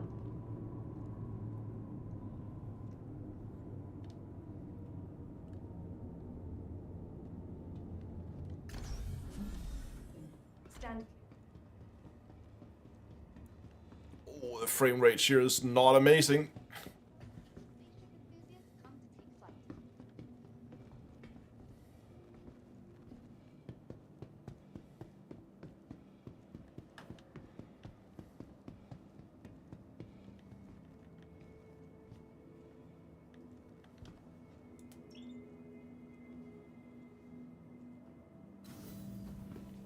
I'm not usually that big into to FPSs, but it's just if there are other people in chat who may be, we could just quickly pull it up on Steam if you have a Steam page for it with a few screenshots or something, so we can see what it is you're working on.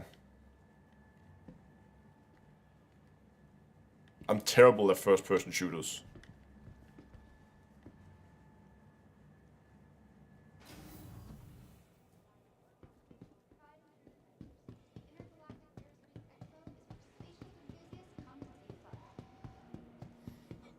Okay, so we should have MISC on display here.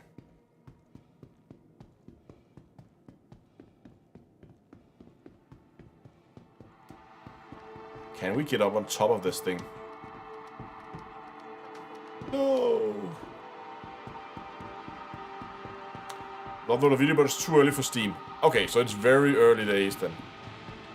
Hold on, we're in the wrong hole? We're in the wrong hole. This is the RSI hole.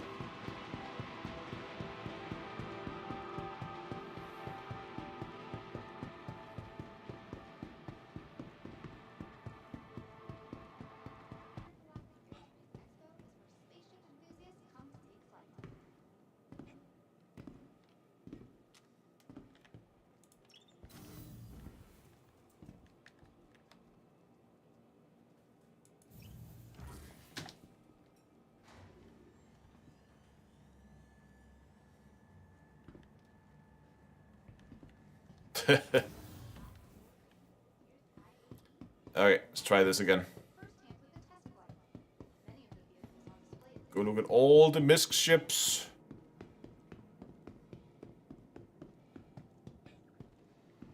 Let's see what they have here. Oh, right. They have the hull C and the Prospector and hull A and the 2 Starfarers and all the freelancers. We've got to go and look at all the freelancers. And then some Furies.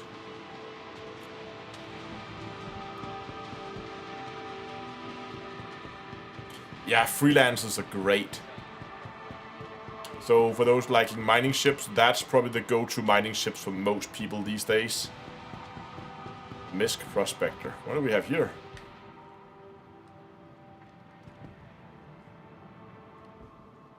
Okay.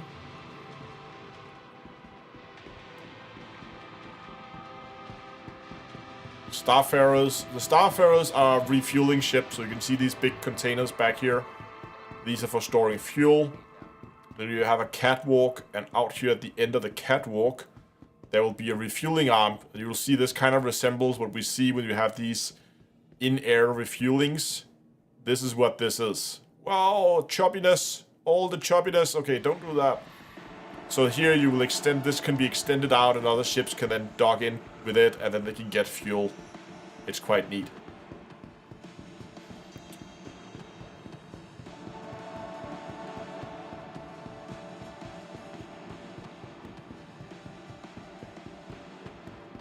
Let's go and look at all the freelancers. I love the freelancers. Yeah, it looks weirdly small, but it's a big boat. the idea with this, if you haven't seen it, it's actually added very recently, is it will split in two here, and then it can extend like cargo racks that you can attach containers to. So it's a big cargo hauler. I think it's just the largest cargo capacity in the game right now. I think. Okay, freelancers, go. It's like a slinky. Yeah, kind of. It can extend out. And then it becomes a very long boat.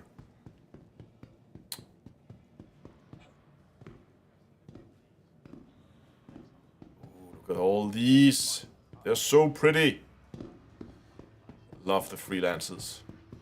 When I first started, there was some kind of bug in the game. I don't know really what it was, but they gave everybody a freelancer as a loaner. I can't remember why they did it, but everybody had freelancers. So when I first started playing, I was flying this ship so much. So freelancer is basically like a cargo ship. Phew, sorry. Hold on. This is new.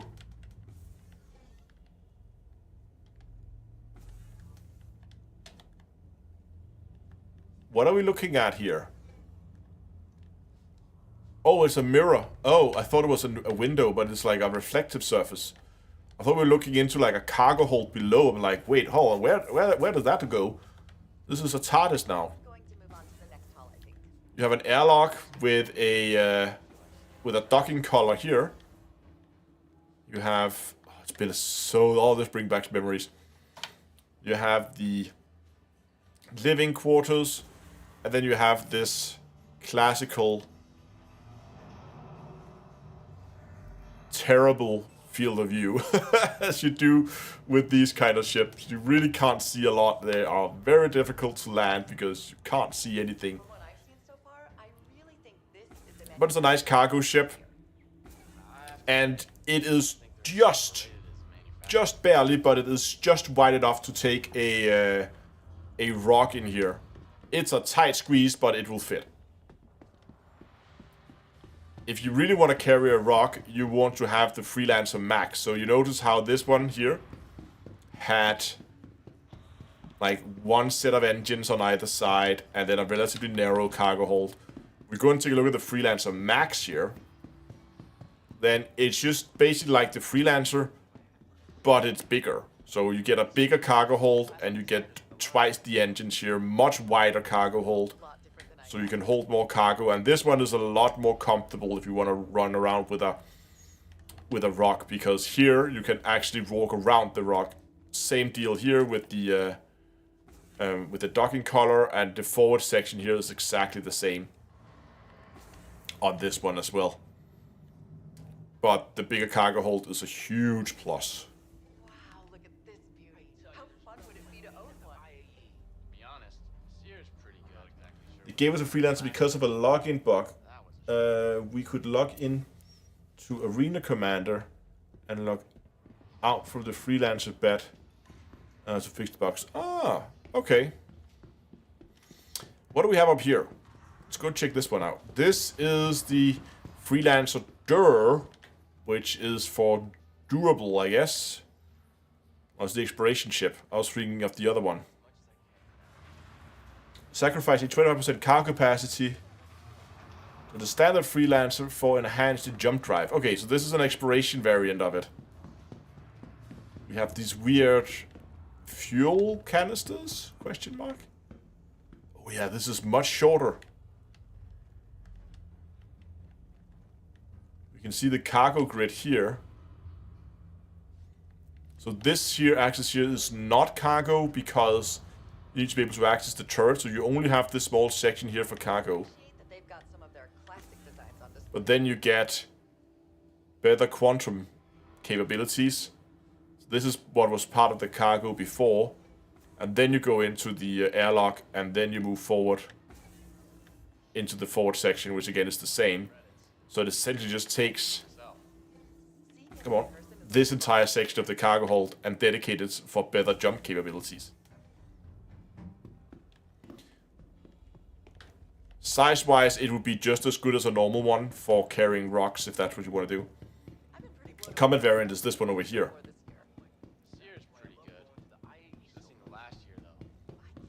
But it does have some pretty decent fire. These turrets here are pilot controlled, by the way. Those there on the side. There's one on each side. So it has some decent firepower. Freelancer Miss. That's the combat one, right? Yes, militarized version. So better shields, I would assume. Again, with the shorter cargo. I'm gonna go and see if And not sure what these are supposed to be. Oh, don't zoom in. Doesn't like it when I zoom in.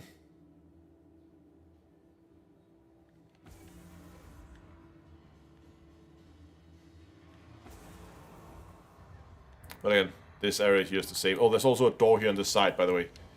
This will become very useful if you have your cargo hold full of stuff and you can't get in and out. Missile racks. Oh, okay, it might be missile racks. Manufacturer makes all of these. Pretty impressive. I can see why some people love this style. But it's not for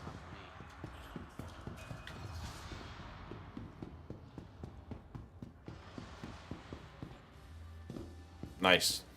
I really like the Freelancer Max. I think of all the freelancers, that's my favorite.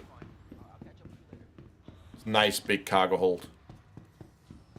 You can also just go in and see where the cargo is. So here, again, this area here is off limit for cargo because you need to access that turret here. But you can see here the cargo goes all the way out here, so you can walk down the side here. But if you go over that line, cargo will be put in there. So this entire box that's drawn here can be filled with cargo. So you can have quite a bit in this thing. And apparently also here on the side, so there and there in the airlock, can also be used for cargo.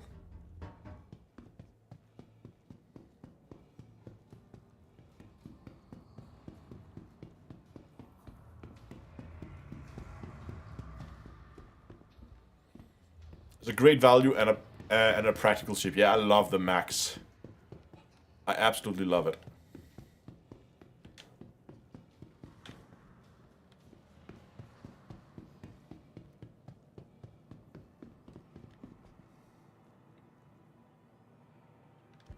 Oh, look at that. They have Expansion Odyssey down here. And the Racers. But they have the Expansion Odyssey in the holodeck. Hold on. Come on, game. Let's go down and take a look at those so we can see those. We've been talking about them today, so it might be fun to go down and take a look at those. Big, bulky. I like MSI ships too. MSI. We keep calling them MSI. MICS. MISC ships.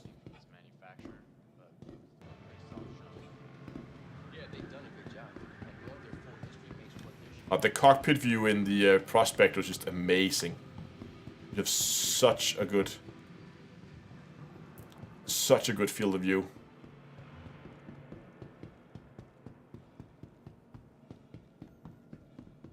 All the racing ships. These are, for their size and for their limited capabilities, I mean, these are dedicated racing ships. These are extremely expensive. If you go check the price of these ships on the store, like, oh my god. You would think that a little race ship like that isn't that expensive, but oh yes. You're gonna pay for that. Okay, here we have the Endeavor. Research vessel.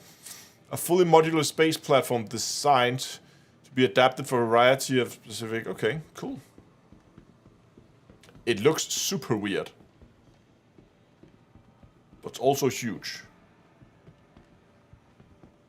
The Racer XX is not a racing ship. No, but it's still expensive. Look at that little fat thing. That's the Expanse. That's that's the self-contained refining ship. That's the one we looked at earlier. It has no mining lasers of its own. And the game doesn't like when I zoom in. But this is designed to be flying alongside. I never noticed how wide those pods are.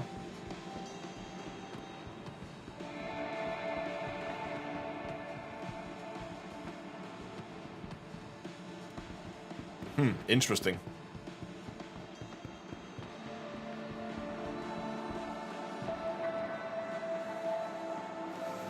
There we have the Odyssey. That's a big ship. Very nice.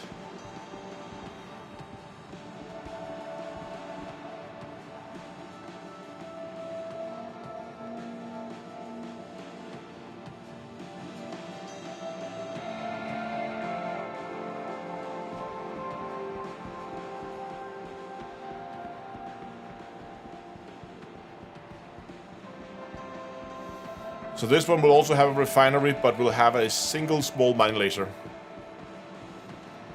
Have you checked out the Arrastra? Yes, we have checked it out in the start of the stream.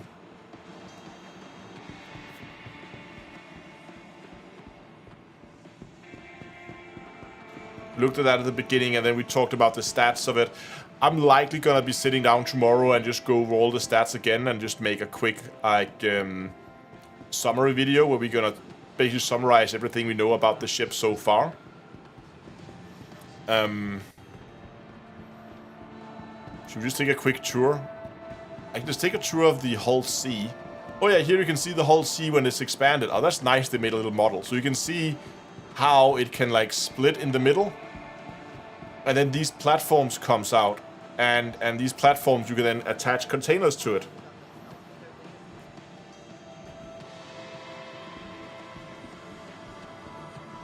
Obviously, we're not going to be able to do that in here.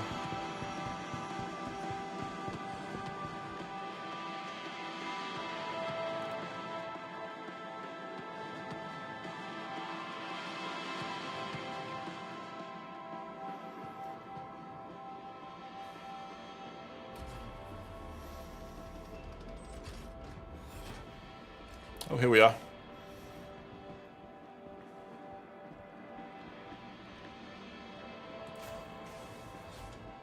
So cockpit-wise, it's very misc. The cockpit. I like that they have this command seat. You can sit here, captain's chair, with the pilot and co-pilot there. Start with this level here. I assume these are gonna be escape pods. Evac. So 4 evac pods in here.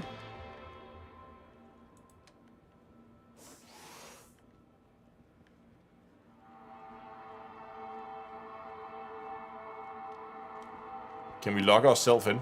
Let's do that when we're done with actually exploring the ship. And here we get into the spine of the ship. And this, of course, section will extend. You can kind of guess how these is going to extend here.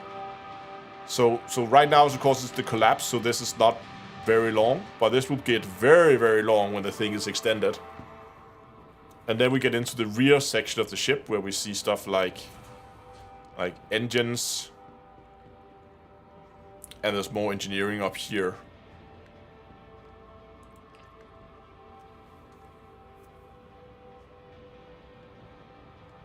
Okay, elevator is broken.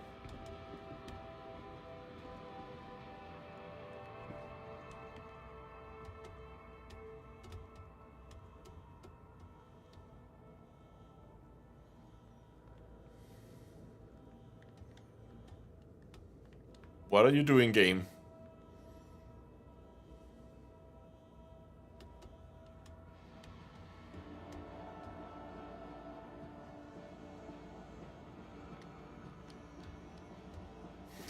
Come on, game.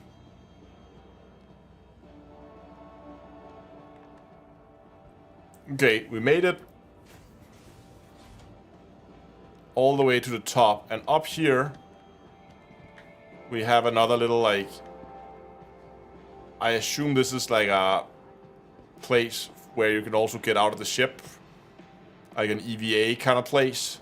Obviously you wouldn't go out here normally in gravity. But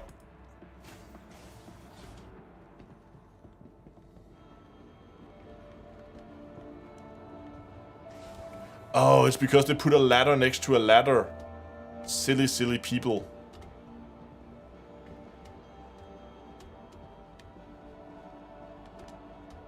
Oh, these ladders are a pain. Come on.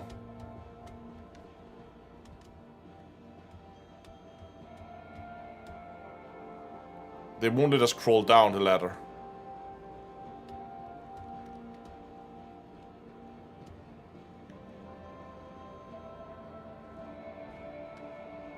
Okay, we got... Ugh. No. Can we let go of a ladder?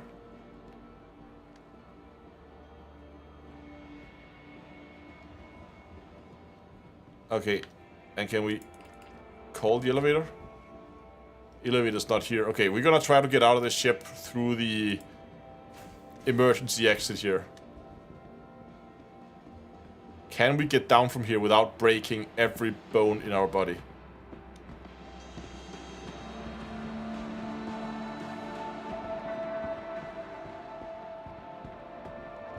Might be able to jump over there and then down on that engine below. Yeah. Oh, I missed it. Ow. Okay, I'm okay. That went slightly better than expected.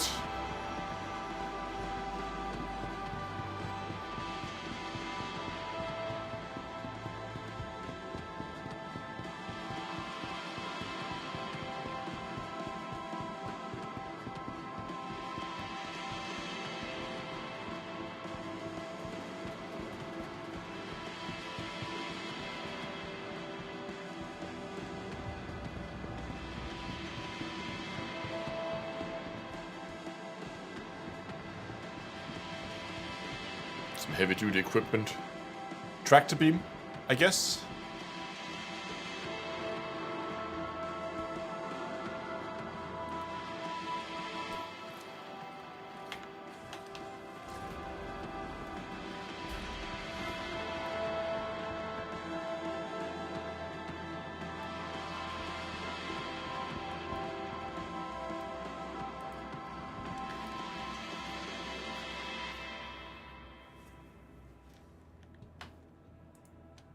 Go up.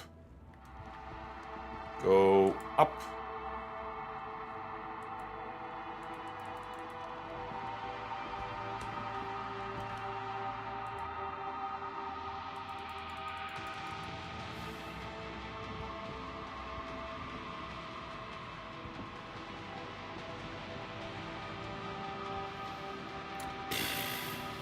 Okay. Well, game needs polishing. Oh, the elevator won't work. Look at those retro thrusters, though. I want to try and see if we can get caught inside one of the escape pods. Anyway, I need to sit down, write some notes, some talking points.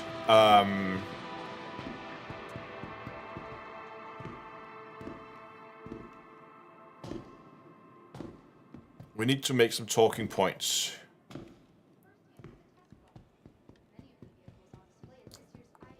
Should we? I'm just considering if we should do that now. Okay, let's just start writing some talking points here. We might as well just get some work done and do it on live stream.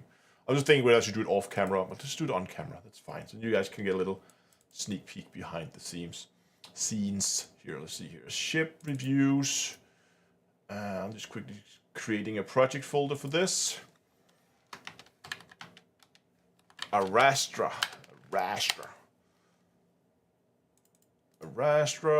new folder, first look.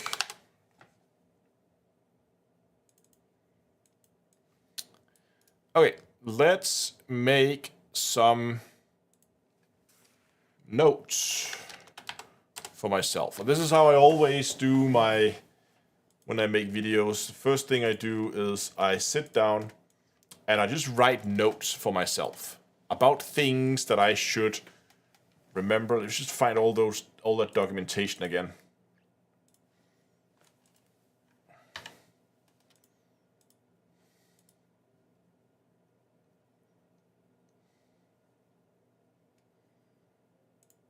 Okay, here we go.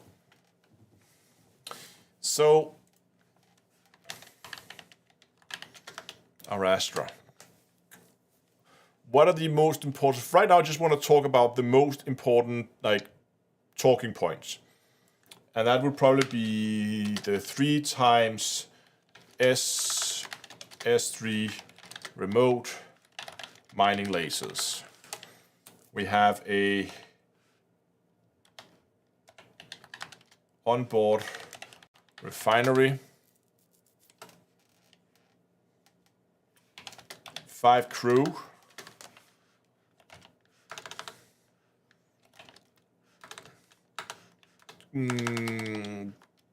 can be soloed, I guess. Question mark. 3 seems to be optimal for it. In terms of size,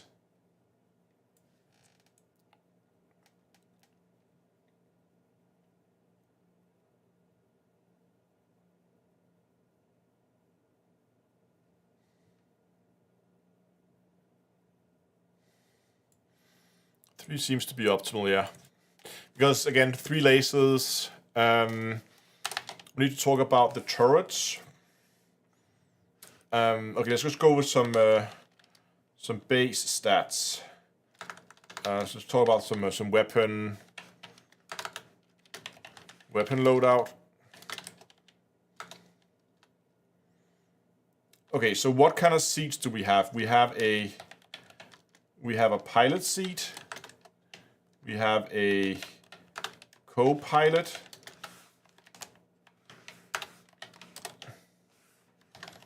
We have miner 1 and miner 2. And then let's just see here. What kind of access are they gonna get on those? Here we go. Okay, so what can we control here? Both the miners is gonna get a size 3 mining laser.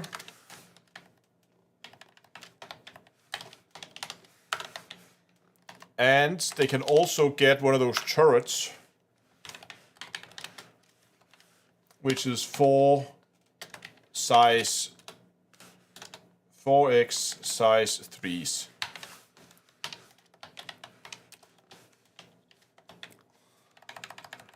We know that too.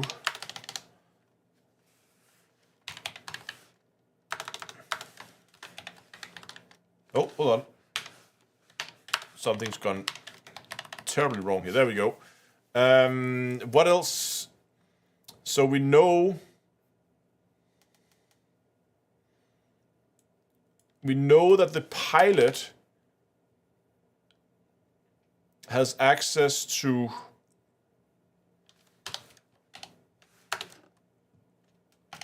(4x size 4)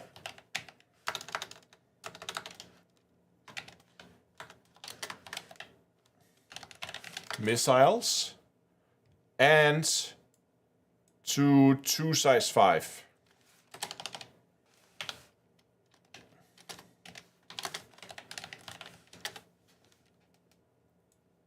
Okay.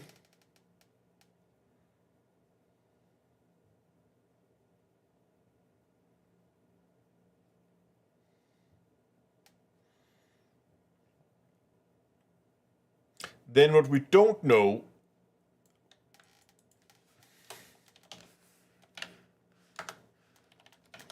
unknown. What do we have as unknown weapons here? We have a turret.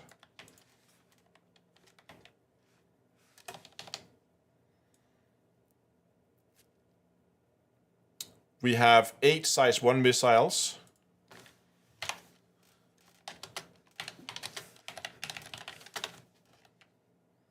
And we have 4 size 3 missiles.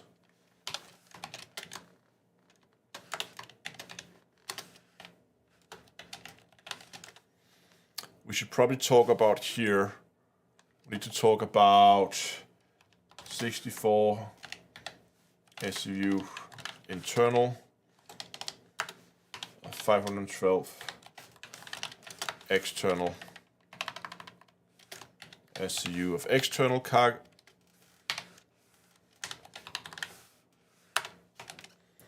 Did we finish the missiles? Yes, we did. Remote turret, those missiles. And then a size 3 mining laser. And we don't know where these things are controlled from. Oh yeah, and a tractor beam.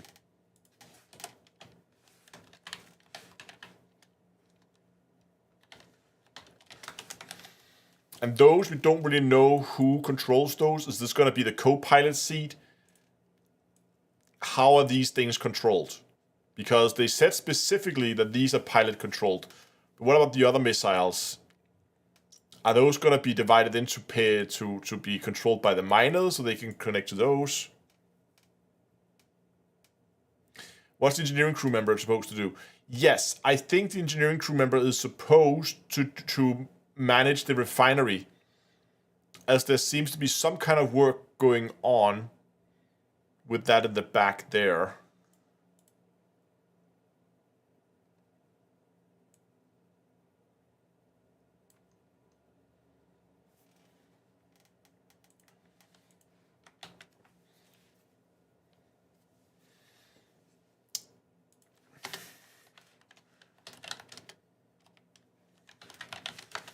So this would probably be for the refined materials.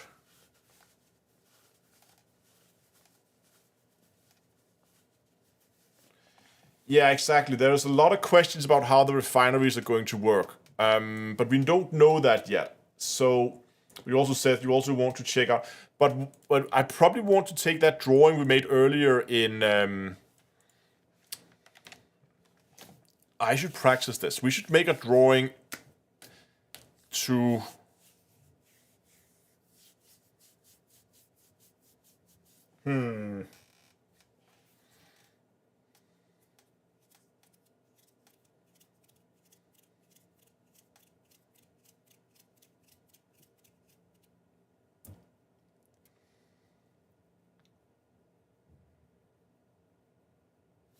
Do Star Citizen have like icons for like this is what cargo looks like, stuff like that? Do they have some icons that we can use? They have those icons there. We could upscale those.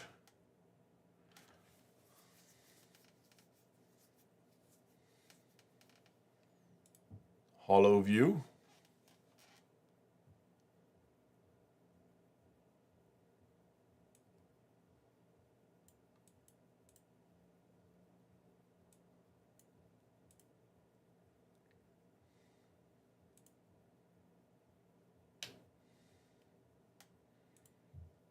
I really wish we could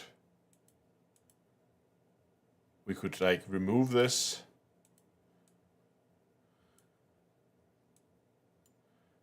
Like take this, can you take this menu down somehow? Render type X-ray. Oh, we can get a better view here. Or wireframe.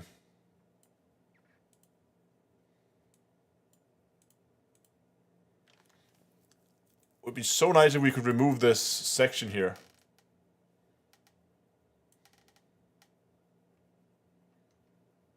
Yeah, but there's no really any icons in here.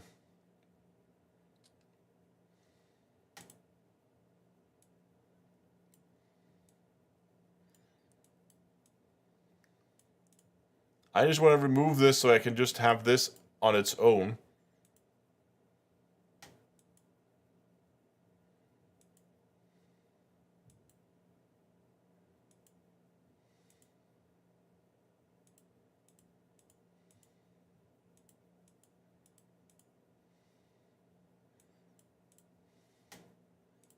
Orbit, free view. How does free view work?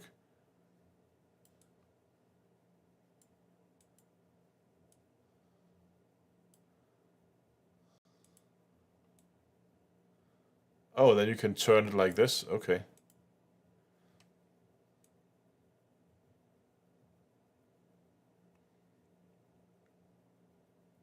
You can download this sketch fab of it. Oh, is it in Starfab?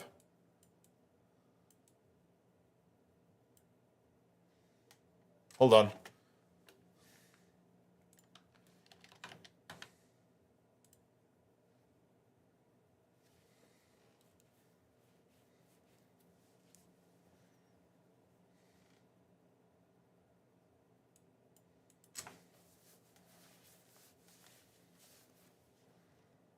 Just gonna see if I can find it in.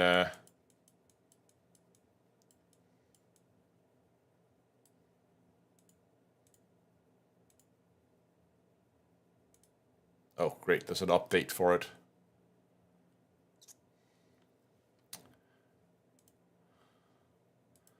Great. Give me a second here.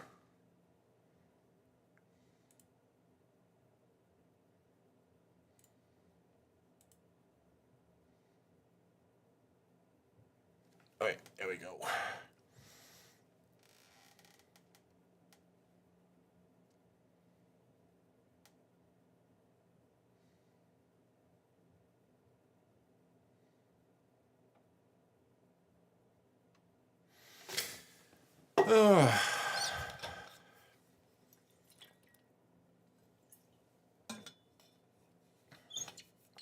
It might be that I have to install that update first. Yeah, toss me a link on Discord. Oh, what happened there? Okay, it's starting up now.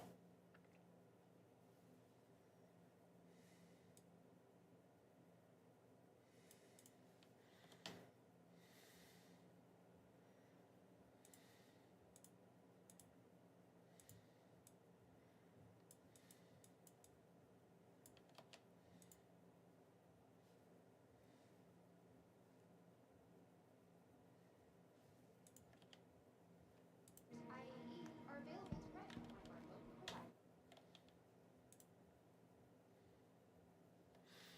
It's not too happy.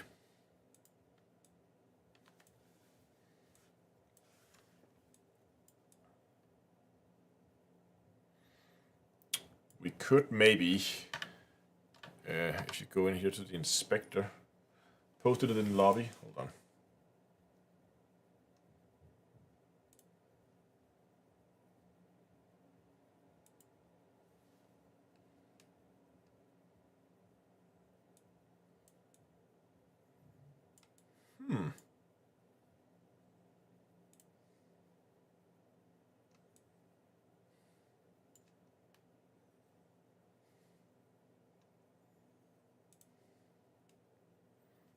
Okay, we need to log in. Hold on. Give me a second.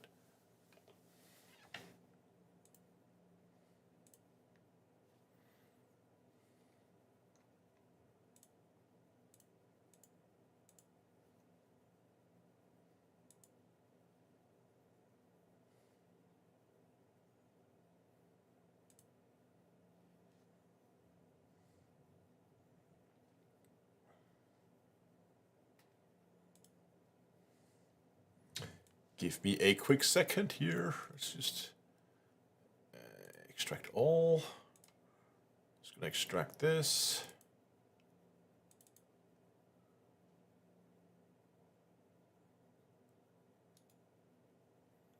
God, why are there zips inside the zips? It's zipception. There we go. Found the object file.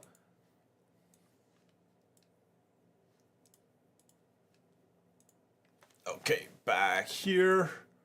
Let's fire up Blender.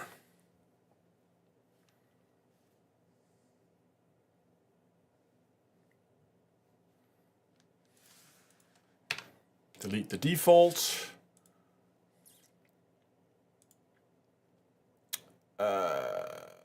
Import waveform object, and we need to take it from there. That one. Import waveform. There it is.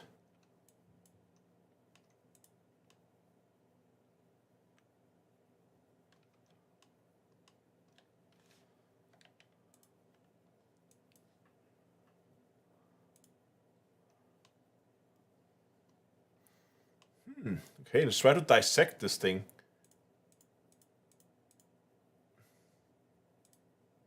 Just remove everything here. So now we just have the base plate here.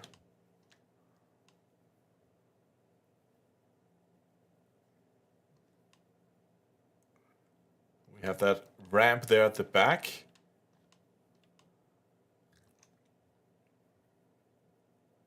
Then we have a bottom piece, which is... Oh, so now we can actually count these cargo racks properly now that we can actually see them. So we can see that they were... We know that they were sitting in 2 layers, but there are 1, 2, 3, 4, 5, 6... Is that 7? That doesn't make a lot of sense. 1, 2, 3, 4, 5, 6. I think there are 6 times 2... 2 in depth, right? But weren't they stacked? Maybe we'll get that later. Cargo boxes. Let's label the cargo boxes. Yes, they're stacked too high. So hold on, how many cargo boxes do we have here? So each of these bays contains 4. 4 times, and we have them on this side 2 here, where they're going to be identical. That means there's 8. 8 times 6. 8 times 6 is 48. So 512 divided by 48. It doesn't fit, but that's probably because we need to count these up here too. So that's 50, 58, 60. That's not an even number either.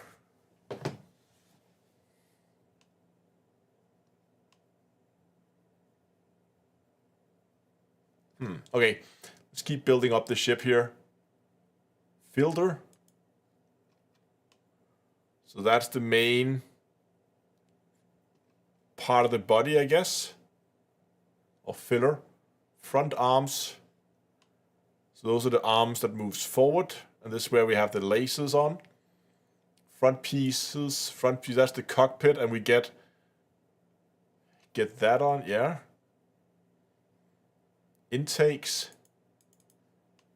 Whatever those are, they're on the side. Remote turret, rear. Oh, okay, so that's the little turret back there. And remote turrets on the side. Thrusters comes on back here.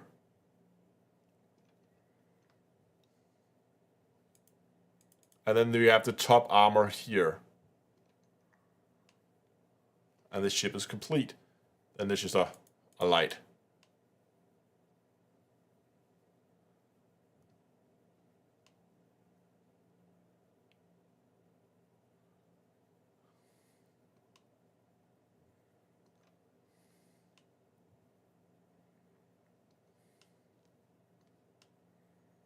Interesting.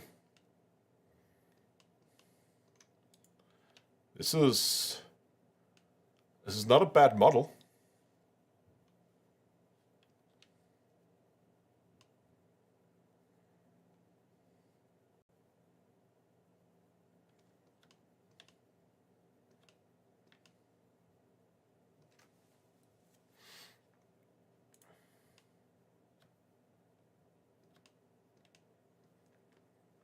That could be fun to take a look at it doing the video, basically just begin to strip it back. So if we remove the top piece here so we get a better look at it, and then now we can probably better see the cargo racks here.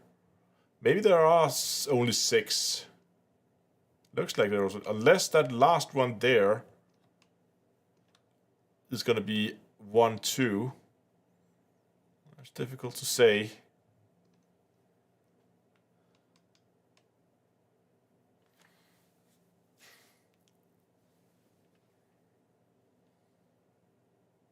One thing I was kind of... It looks like this is going to be the cockpit, right?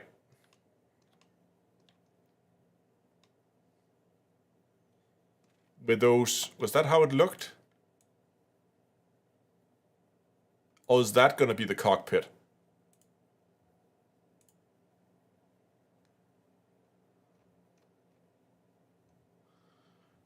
Where was that picture?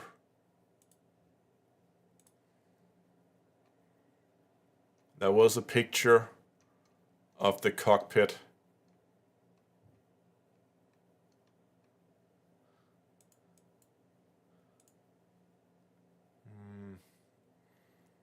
Oh, hold on. Yeah, this here means that this up here is the cockpit, right? Because you have that main window there with the corners cut in. We can kind of see that there. And then you can't see the A-pillar. A-pillar's there.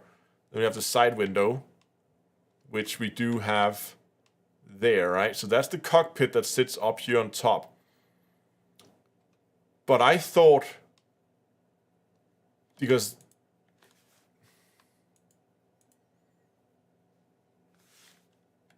let's just quickly find the Inside Star Citizen video again. Hold on.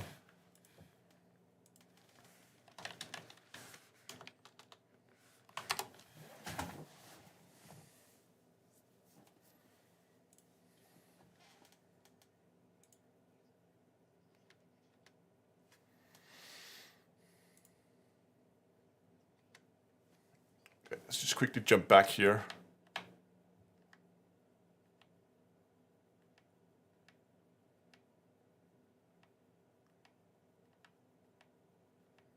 Yes, they learned a lot. That picture there, right? So those windows that we see here, which is clearly outside, I thought that was the one leading into the cargo bay. But those are clearly the windows we see here at the front. So this must be the front. And that indicates to me that if we just clip into the model here.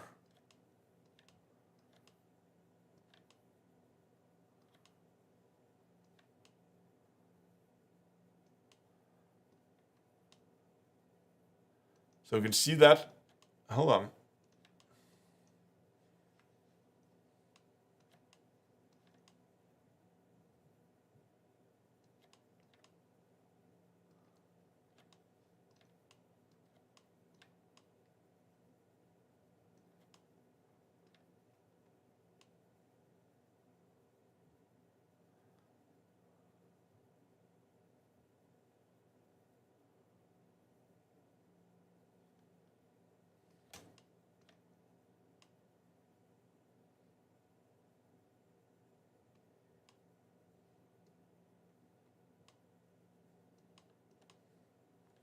I was going to try to position the camera so we can look around in here.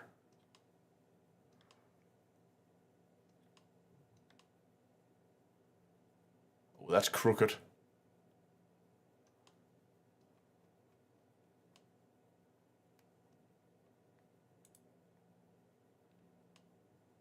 Something there is not right. Oh, I have to fix that. But no, that's clearly that window there. But I'm just thinking that there must be a relatively short path from up here in the cockpit. Also notice that windows like here, there. Looks like there's a pretty good field of view. You're not going to see a lot downwards, obviously, because there's a ship in the way. But the path that you need to run, I mean, because likely there's going to be a door at the back of this cockpit, but that must go down right away because there's not a lot else. I mean, that stops basically there, right? There's a rear window. So maybe you just have a ladder down or an elevator down from the cockpit, takes you straight down to the engineering deck.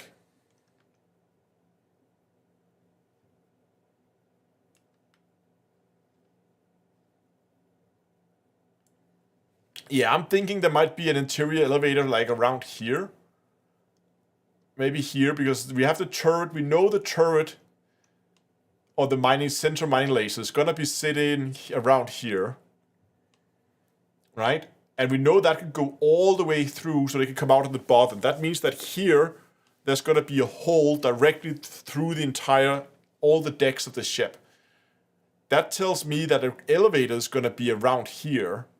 And it would be likely that that elevator is going to go down the entire length of the ship, going from the cockpit top down to the engineering, and then all the way down to a cargo deck at the bottom. And that probably means that if you need to go and access engineering, you're going to have to go back here into an elevator, and then down one level, and then you're basically in here, right? So we're probably right now standing at the elevator, looking forward into the engineering sections. Yeah, because there we can see that mining laser. We know that can go through the ship. They said that. So that means that ship, that's going to be here. That's that hole there. And that's going to go all the way down to this hole here. So that means it makes the most sense the elevator is just forward of that.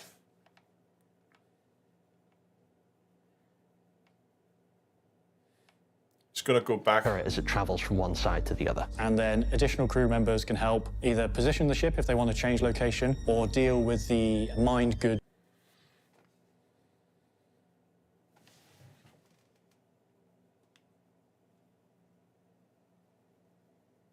Cooling power.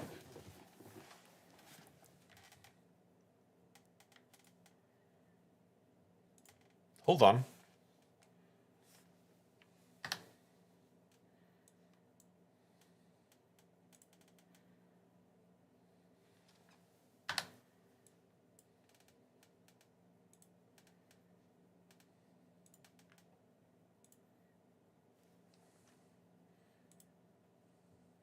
Find that picture.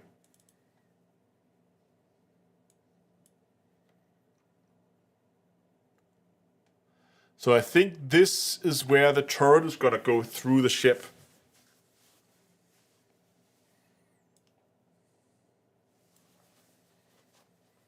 Yeah, I think the layer we are on here is... But hold on. There's a ramp here. Oh, okay. So we are standing. So there's the ramp. Okay, now I understand. There's the ramp, and we are standing in here, basically, on a level up here. We're basically standing on this level here. There's going to be an opening between these two layers. There's going to be an open floor, as we could see here. And we're looking backwards, right? We can see the ramp here. So that's the ramp there, and what we're looking into is then the section here. This little, like, tail sticking out on the back.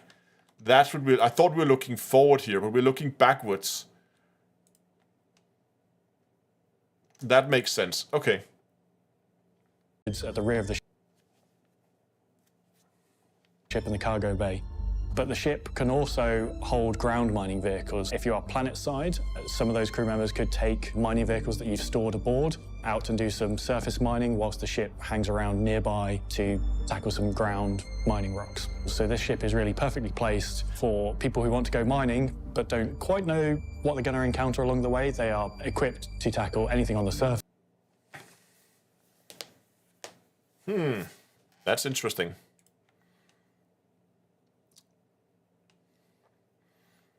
But the cargo bay seems to go forward all the way to because we know there's going to have to be a split in the ship, right? The cargo bay can't extend further than this point right here.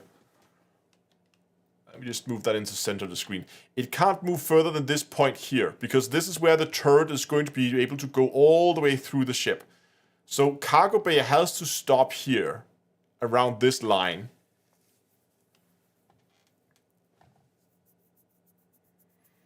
Yeah, there's two things, like the elevator gets in the way, but also the elevator, remember the mining turret? The central mining turret can go through the ship, and they said we can see that from the inside. It can go through the ship and out the bottom, so you can either have it at the top or the bottom of the ship.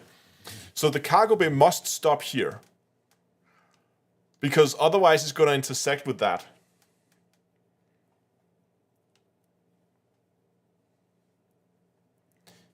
Yeah, but that's the next thing. The refined good goes into all these small containers that we can see out here on the side, right? These cargo boxes here. This is where all the mined goods gonna go. Yeah, so that's what I'm thinking too. That the habitation area might be down here underneath the engineering section. That would make the most sense to me. So basically, you would have to, from cargo, I think you can go straight forward and you're going to have habitation here at the lower deck. And then you can take the central elevator. It also makes sense if you look at where these entry points are, right? Right there and there on either side. They're docking collars, right? And that probably indicates that that would line up perfectly with where that center elevator is going to be. So that's going to be the main ingress and like get around the ship point. It's going to be that elevator, because that's going to take you up to the cockpit. It's going to take you down into the lower area where you can go forward into habitation, or you can go backwards into the cargo bay. And if you go to just the center floor, you can go forward into the engineering section where you're going to control the refineries, and you can go backwards, and then we're going to get to that area we saw here, right? So elevators probably behind us right now, but you can then go forward here. You can walk around this catwalk here, and you can like see the cargo area and what's going on down here. I think that's how the layout of the ship is going to be.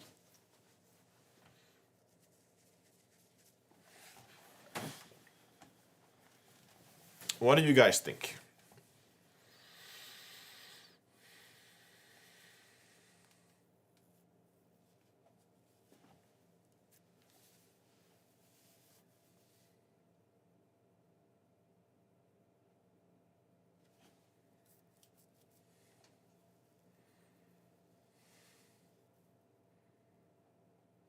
You think you have it as CCU in your hangar? Sounds like a great ship.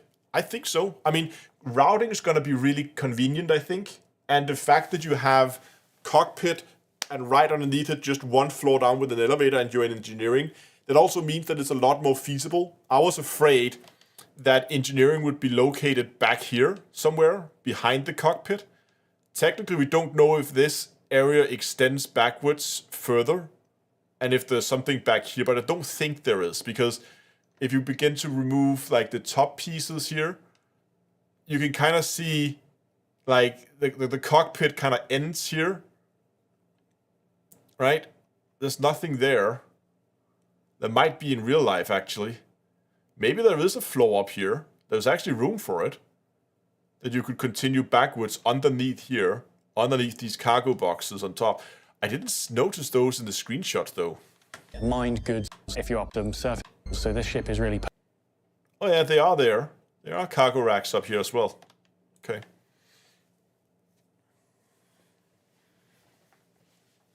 But there might actually be a floor up here as well when we strip down that top.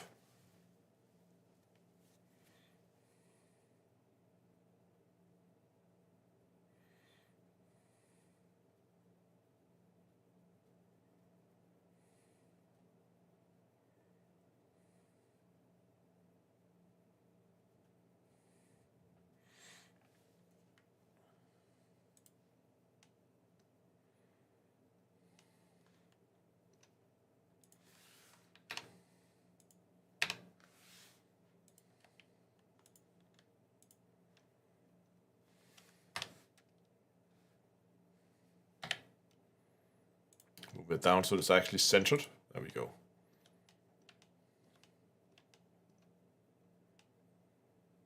Very interesting.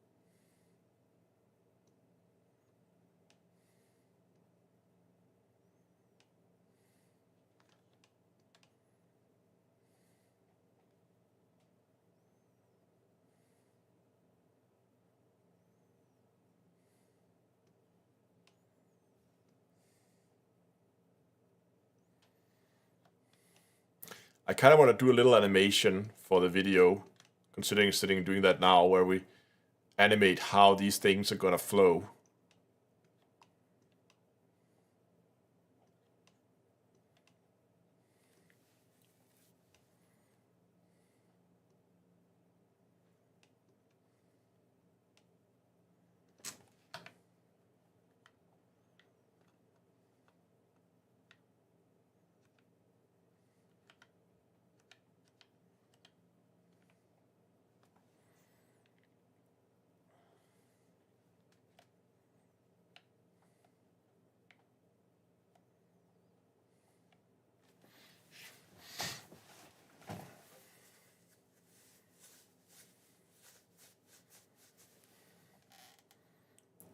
Rotate that 90, like,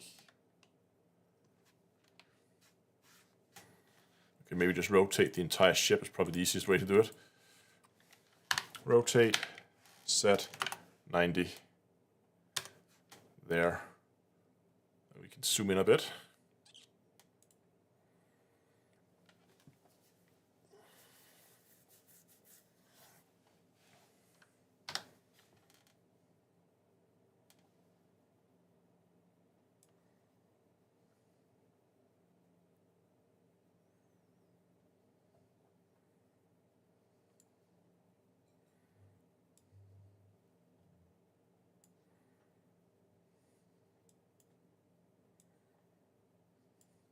There.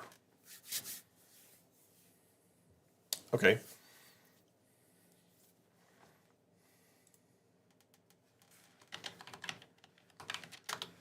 Oh, caps lock is on again.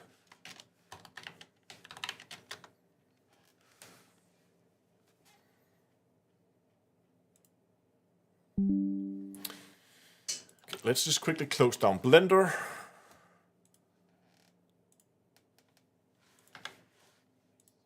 And let me just quickly get that picture because we might wanna let's play around with a. I'm learning a new editing software right now. I think it would be fun to do a little animation here. You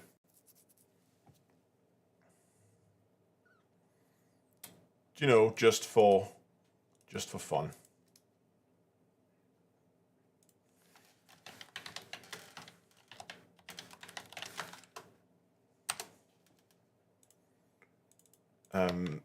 So we're gonna need some icons for this. Can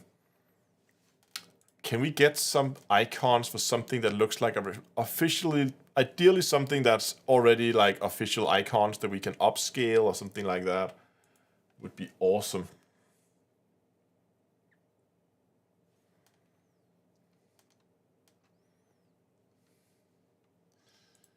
So we have this icon here. We could kind of try to upscale that and use that as mining lasers.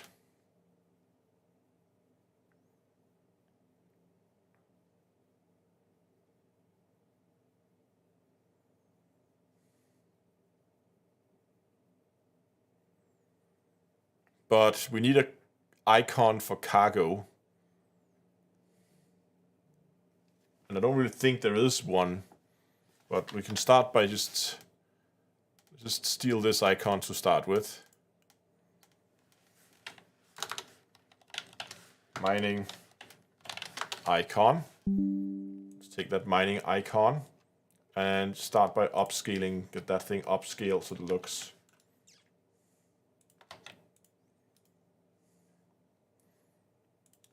So we get it in a slightly higher resolution than what they have on here.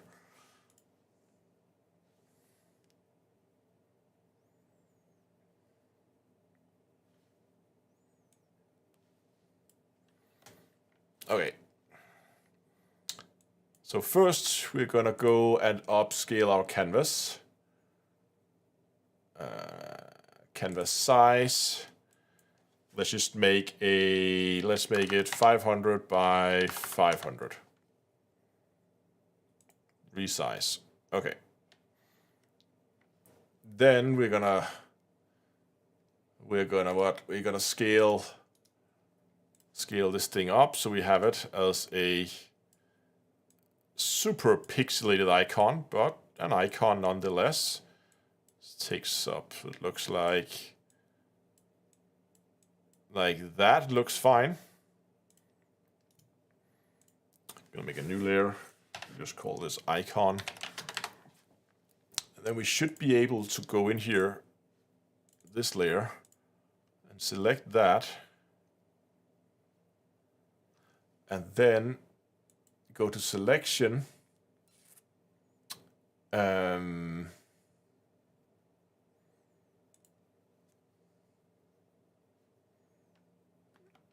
No, that's not what we wanted.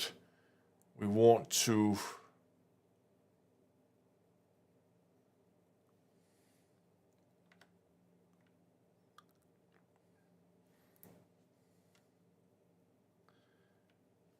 you know what? Let's do this in I'm just thinking how we get the best looking icon out of this. We're just gonna draw it manually instead of trying this. This is probably the best way. So we just take a paintbrush and we take this color, yoink, and then a paintbrush that looks like it needs to be slightly bigger. Let's make this like, I don't know, 50, is that too big? No, a little bit, 40. 40 is probably fine. So just draw a straight line across here. Let's draw a straight line across here. We need to make those slightly longer so we can just draw that line, draw that line, and then basically just fill out this section here, and then draw a line down here, a line down here,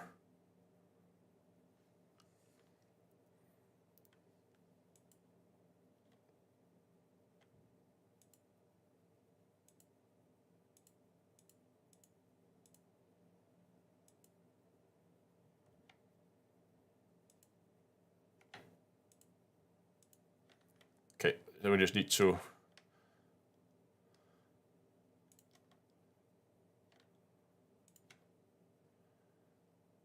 again make it slightly bigger. We're gonna fill this in a second.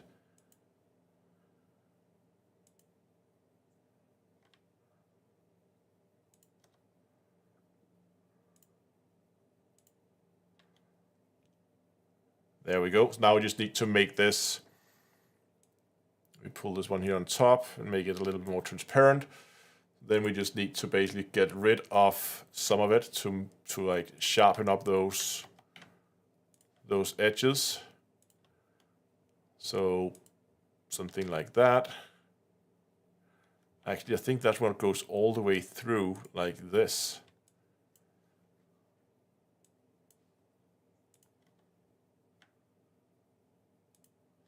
Boom.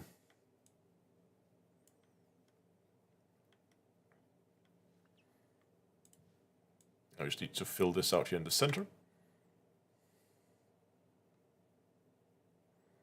I need to make that like this. And then this thing down here.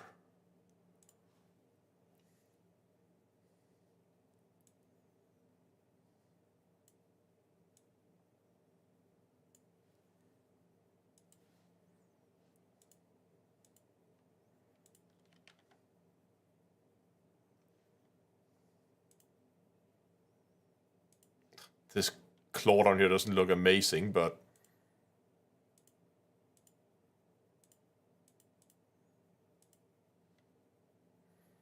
it's probably because I need to, you know, just take a little bit out of the corners.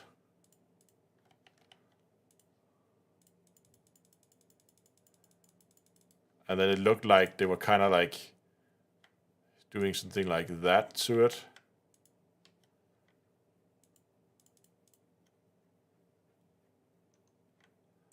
And then just get rid of the worst like hard edges there.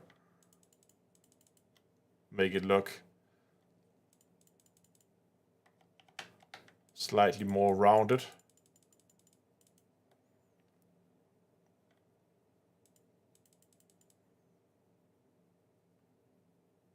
Oh, that's too much.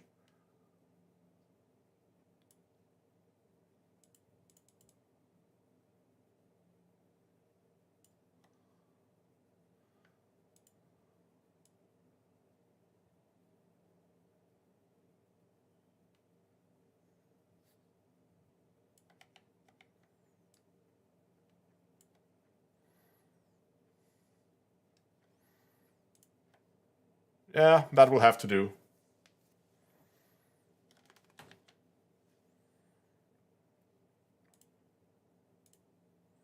It's not amazing, but it will do for now. So now we just need some kind of cargo icon that we can steal somewhere.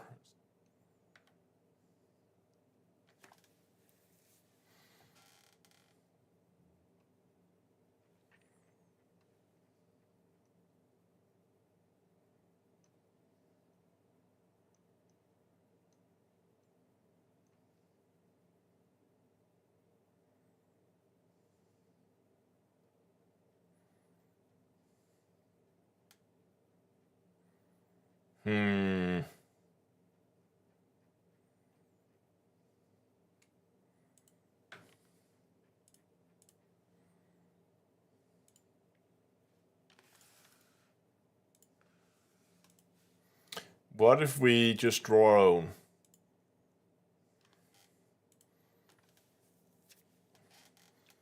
What if we just try to draw like a very basic box, right? So what does a box look like? A box.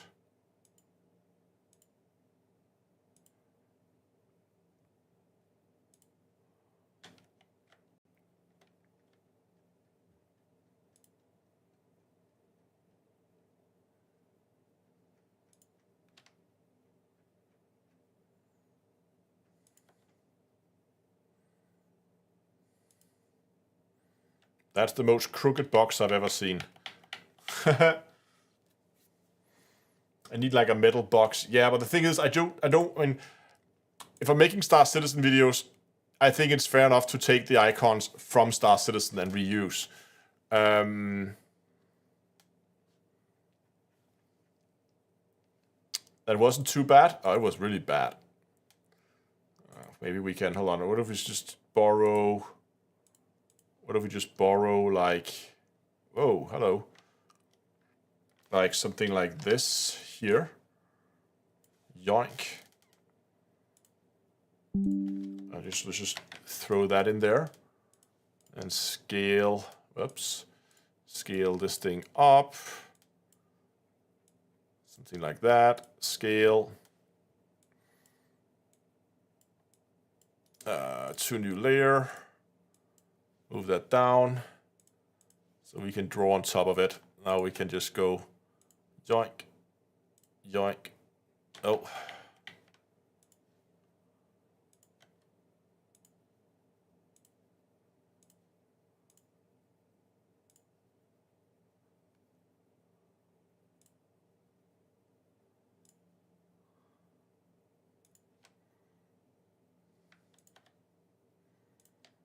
See, now that's a cargo box, right?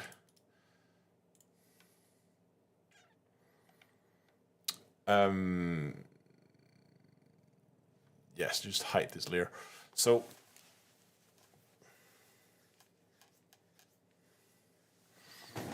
I am just going to take and make a few copies of this. You know what? Actually, before I do that, I just want to fill in.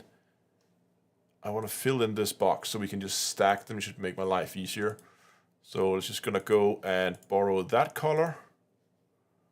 And then here on my icon, I'm just gonna fill in those faces there. So now we have a cargo box that looks like that. Then we just create 3 copies, I think.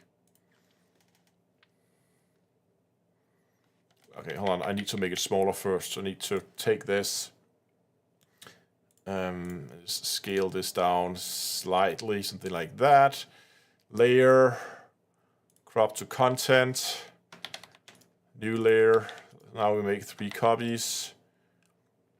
New layer, new layer, new layer. Put this one on top. So this one here, we then take, no, we take this layer, move active layer. This one, and this position this there. Then we take this layer and we position this here. And then we take the last icon that actually needs to be on top, and then we position it up here.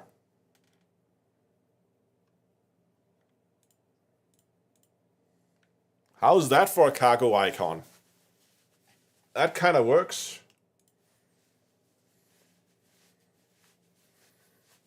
I'm gonna use that. Cargo.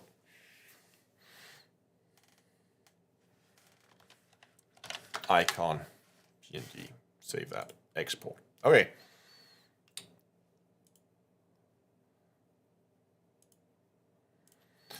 You know what? I actually want to make a slight change to this. What I'm going to do is just to go and select a... I'm going to shrink this by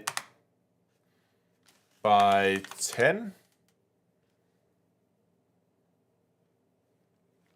Slightly more, I think. Shrink it 15. Yeah, that will do. Let's just try this. No,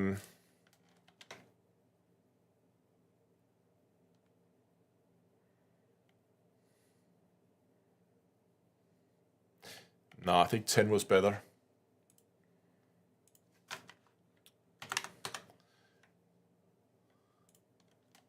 There we go.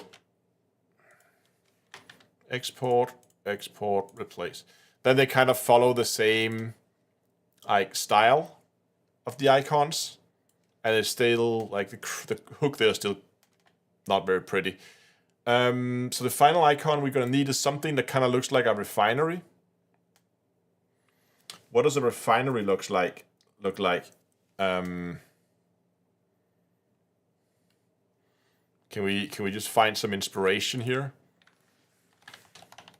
Refinery icon. See, these are all super complicated. Something like that is not too bad. Like a melting pot. Yeah, exactly.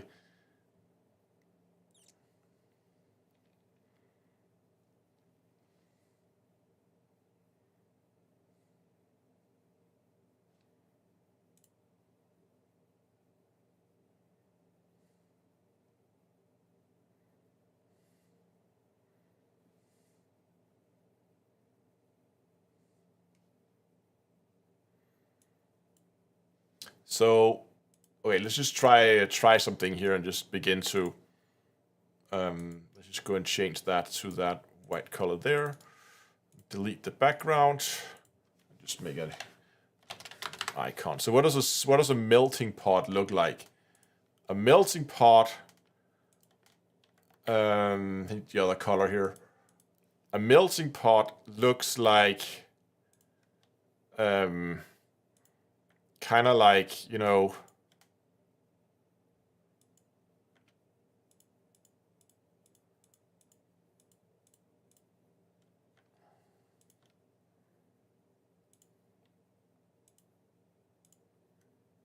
like that, right?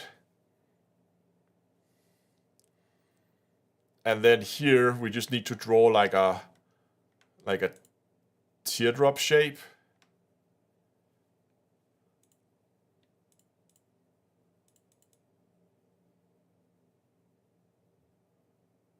I need a little bit more, it needs to be more like,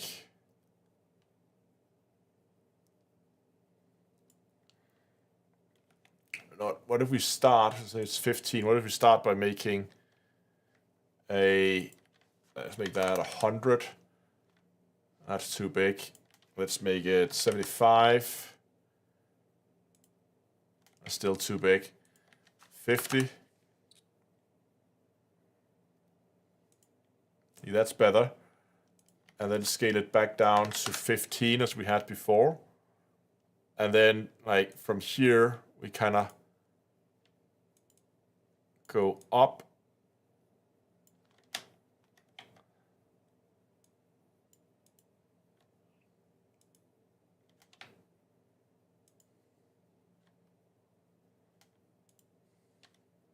There we go.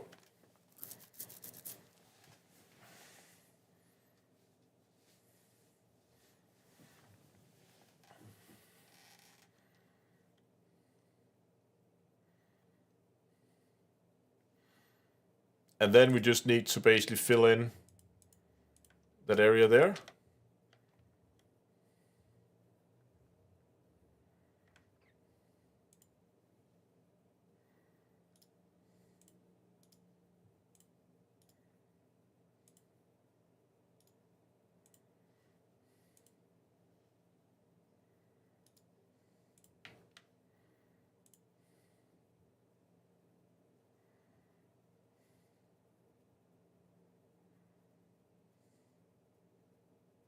Is the master out yet? No, it's not. So we just take this icon here, scale it up a little bit so it fits better. Something like that. Boom.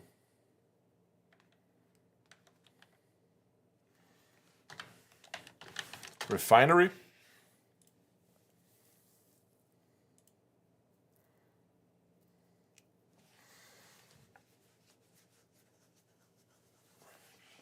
Okay. Hey, we were kicked out of the game again. That's fine, because we're gonna need the horsepower for something else now. Okay, so we have our icons now, and we also have a top-down view of the ship. So my idea would be to go and make some kind of animation. Again, I'm learning DaVinci Resolve, and so I'm not very good at it, but I'm gonna see if I can make something that's like half decent.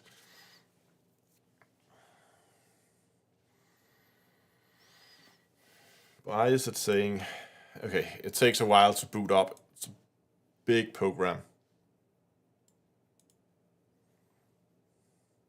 But no, it's not out yet. It's still in concept. But the idea for the animation I want to do is to basically have the location of the mining lasers pop up. So it would mean here, here, and here. Then we're going to place the refinery here. And then we're going to set cargo racks up here, here, and back here. So we can use those for like talking points. And then we just need to make a separate layer that's going to be an animation for that's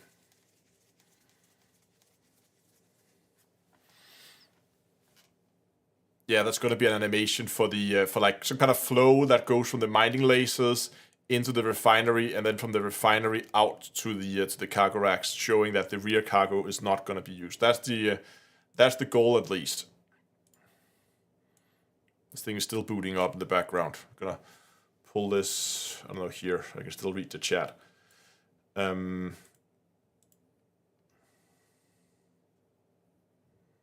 Something along those lines would be fun to make, I think. But creative feedback is always welcome.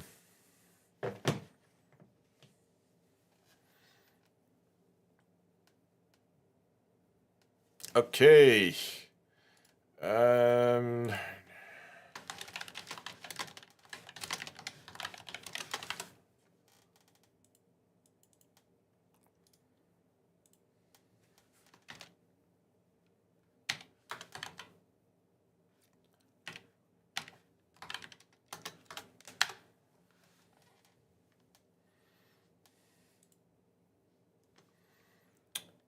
Let's pull these things in here. Very nice. Okay, we're gonna have the ship, and we're gonna do a little bit of cropping it on the left.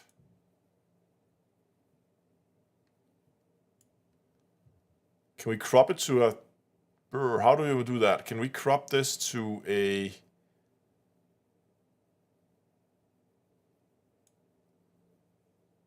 this cropping doesn't really work.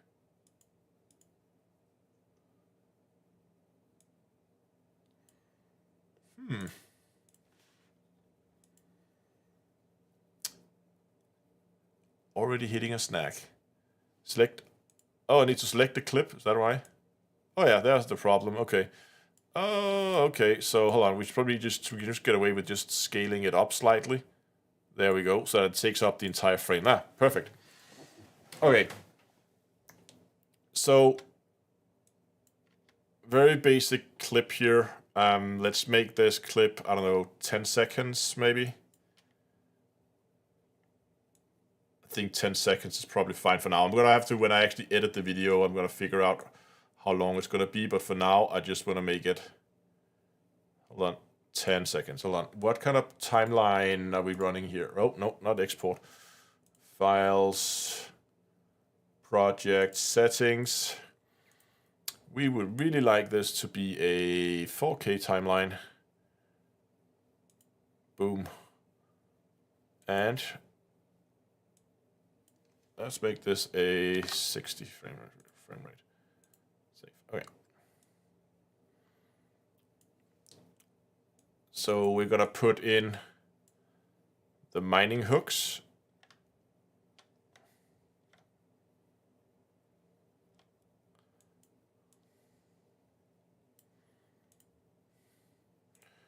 And we're gonna scale the hook down.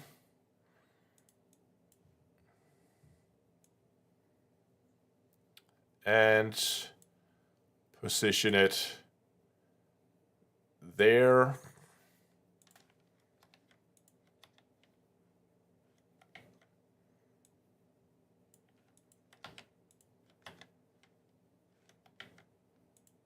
Can I duplicate this to another timeline?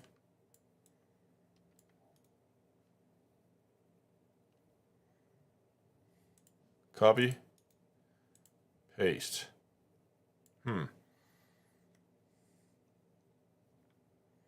Alt drag. Okay, alt dragging. Nice. Thank you, Dongle. Alright. Put that up there. And final one. Place that like there. Okay, good. Then we need some cargo racks. Need to add another track. We don't need audio, let's just minimize that so we have more room for this. Boom. Cargo. 10 seconds. Just jump back somewhere. Scale this like this. And position it there. Position it there. Look at all this animation we have to do. And bring this up there. And then back here, there's a cargo rack. And then another track where we're gonna put in our refinery.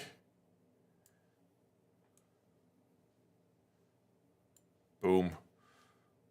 Scale this thing down. And move it forward. It's a little big, I think. Scale it down more. Slightly up. There we go.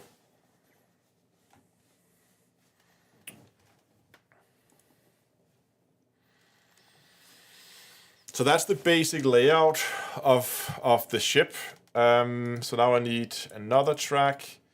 And here I need a fusion thing.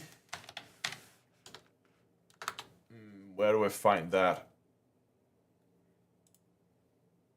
Fusion composition, yes.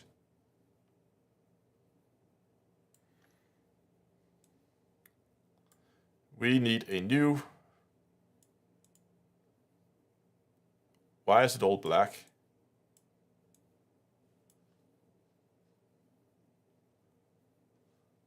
I thought it would be empty by default.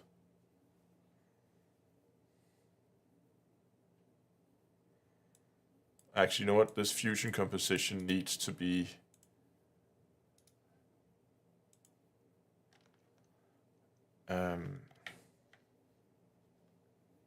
yeah, but if it's empty, why is it then not like transparent?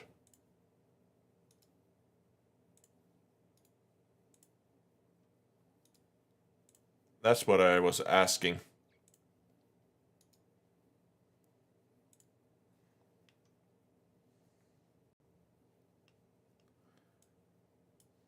if you just want to appear at one point, just add it only at the part. Yeah, but I don't know, Dongle. Right now, I just want to make the animation, and then we're gonna figure out when I'm gonna crop the whole, or like edit the timeline. For now, I just want to.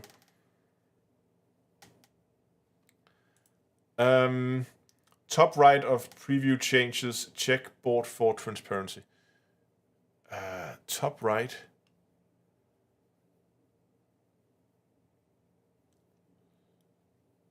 Let's just try something here. Let's just try to open in the Fusion page. See, that was not the one I wanted in the Fusion page.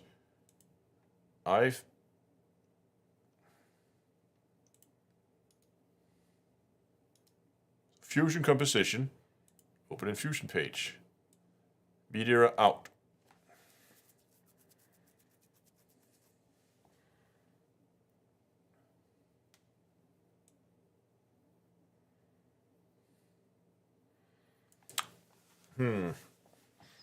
Should I make the entire?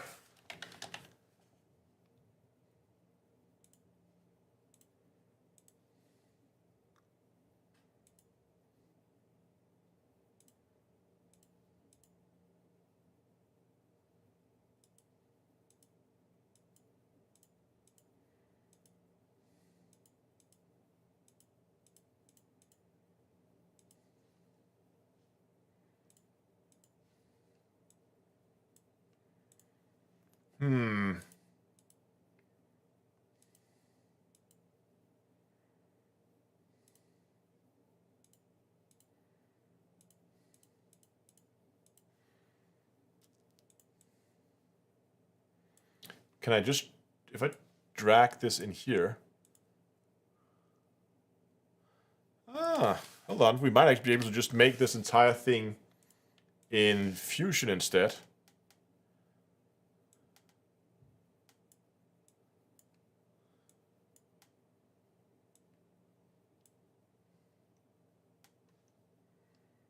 Why is everything square though?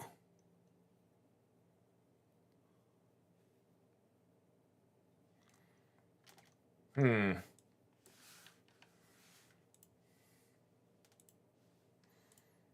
if I just take in this one, and then I delete my meteor out.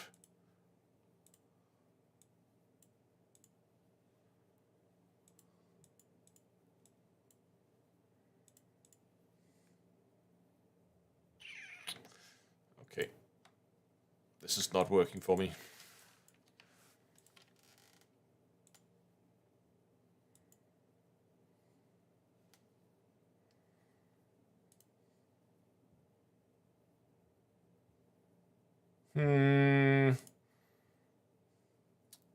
Top right of the preview.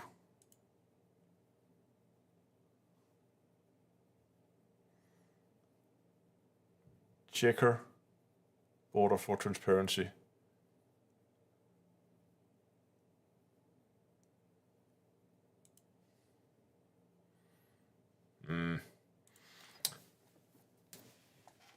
Maybe I could I just make all of this in Fusion if I could figure out how to.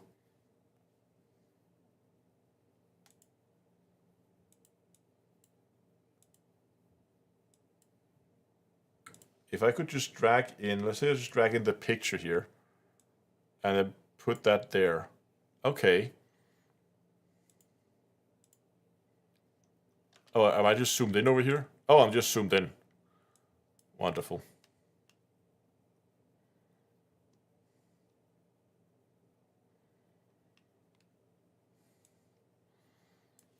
Okay, so if I then take a mining icon and put that in there, and then that there, can I then just move this?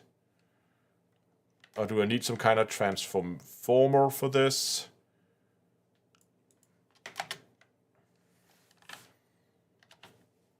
Transform.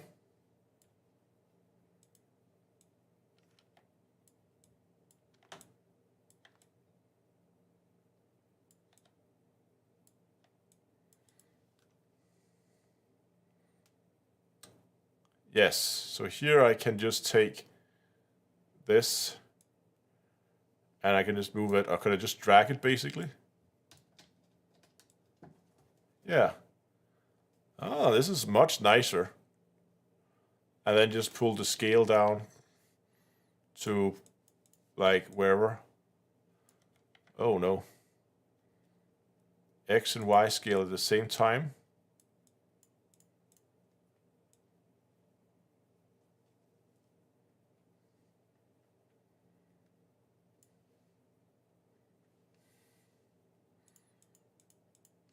.035 in scale for that. And then I could just take another transform here, merge that in there, and then take this laser and just put that in there. But for this transform, we're just gonna move it down there. Yeah, look at this, I'm learning. And then I take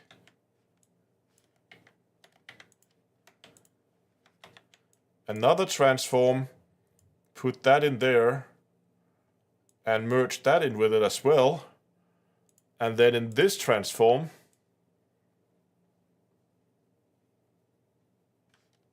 I can't really move the center for some reason. So media goes in there.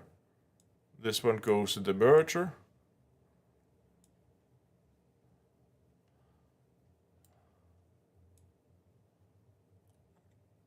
Bam. And then we can take the cargo icon in, and we can basically make a similar setup with this, where cargo goes into a transform, and then we merge that in two. Oh.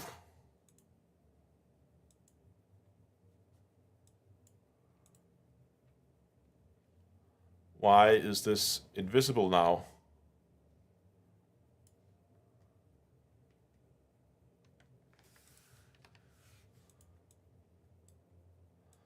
If I just merge this in, then it works. So if I then add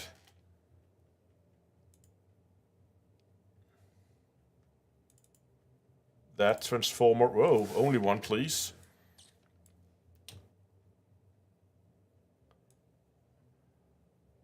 Move size down,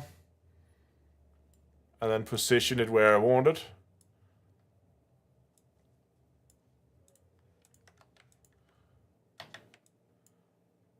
And we can just do this again. I mean, every time I watch DaVinci Resolve tutorials, people always seems to be super afraid of this fusion workflow. I'm really enjoying it, but it might be because I spend so much time in Blender that these kind of things just seems natural.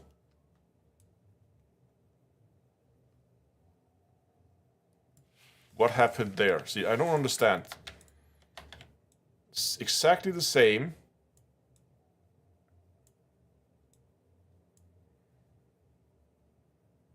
Yeah, it's just a node-based flow. It's... See, for some reason it's positioned up here. Why is it up there?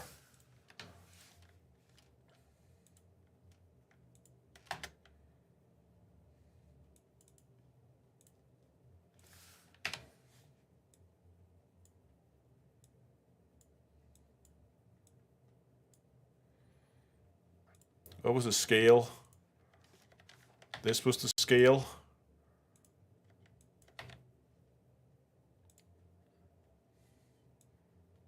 Just place that there.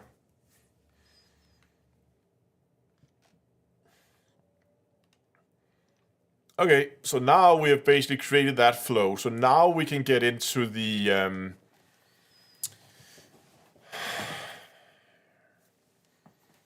into actually animating. Oh no, we need the refinery. Boom. Refinery. And we add another transform. Just one should suffice. Scale down. And move it a little bit back. Scale down more. Move it up a bit. There. Okay, so now what I want is basically to have like animations of lines going here, here, and here. And then later they're gonna go there and there.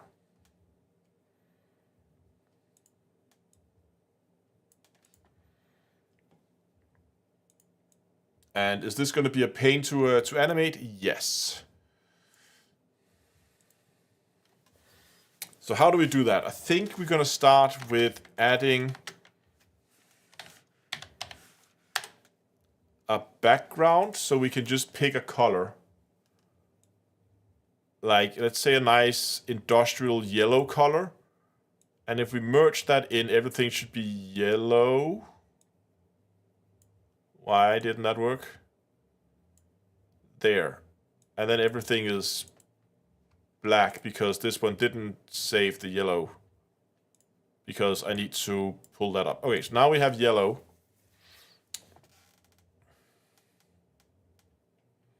Polygon. Yeah. So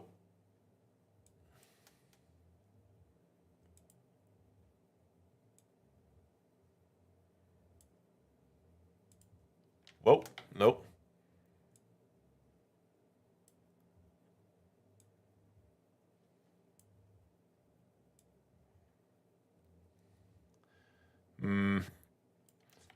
Hold on. I would so like something with. I would like something with slightly more.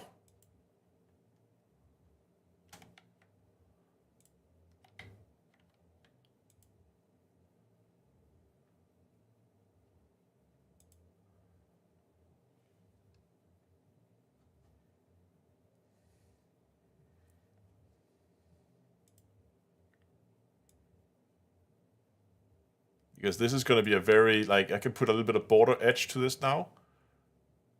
Right? So if you just make this, like, come on.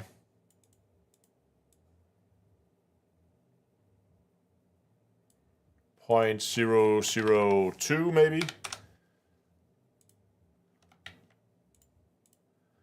Then we have that, and then we just need to basically fill. We actually just need to. Can we delete this? Oh, nope, that's too much. Can we take this entire thing, put it back here, and then just instead say merge it there, and then delete that merger there so it goes behind? Yes. So that means all of these can now move forward, since this needs to be behind. Okay, so this kind of works with the line. I would like to have, I don't know, maybe it's okay with these like sharp lines.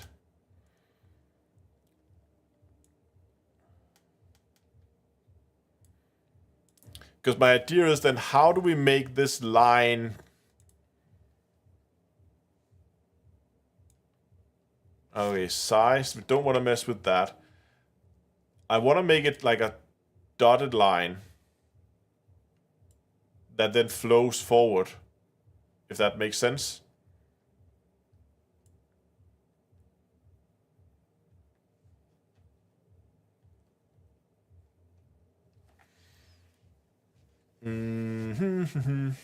Fill method.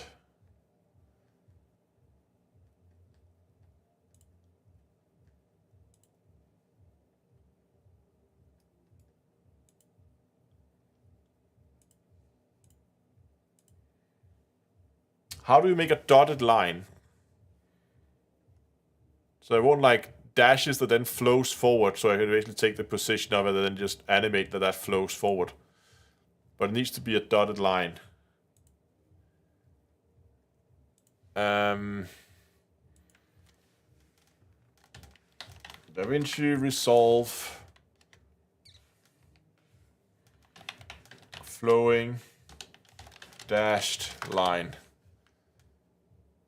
5 ways to create a dashed, like dotted line shapes in DaVinci Resolve. Motion Array Holiday Sale is happening right now.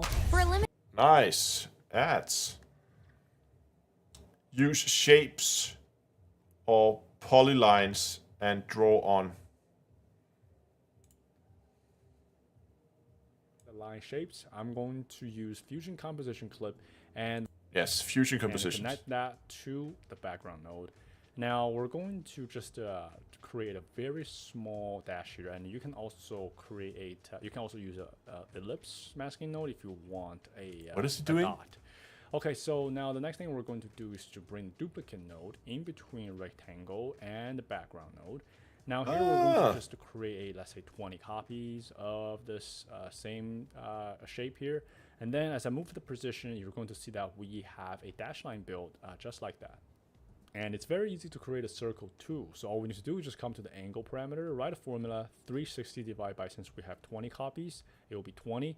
And now all we need to do is to adjust the pivot point, which is the center of the circle, in order for the circle to show up. So as you see now, as I move the pivot point, now the circle is starting to come alive. Now the other thing we can do is to come to the rectangle node here and adjust the angle for the original shape. And so this way the circle is going to look a little bit more natural, but a pivot point for sure is something to watch out for if you want to go down this route. And for our second method here, we're actually going to use the text node. So let's bring that in to the node editor, and we're just going to type in a bunch of dashes here. And you can type in periods if you want dots. But the cool thing about this method is that as we change the font, the shape of the dash is also going to change.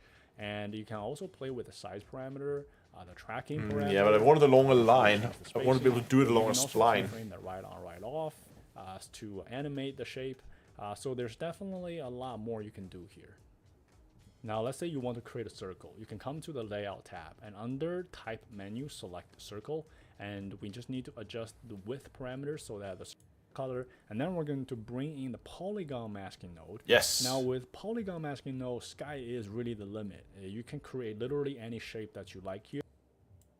You check off solid, and then we're going to also adjust the border width a little bit, bring that up so that our shape is more visible.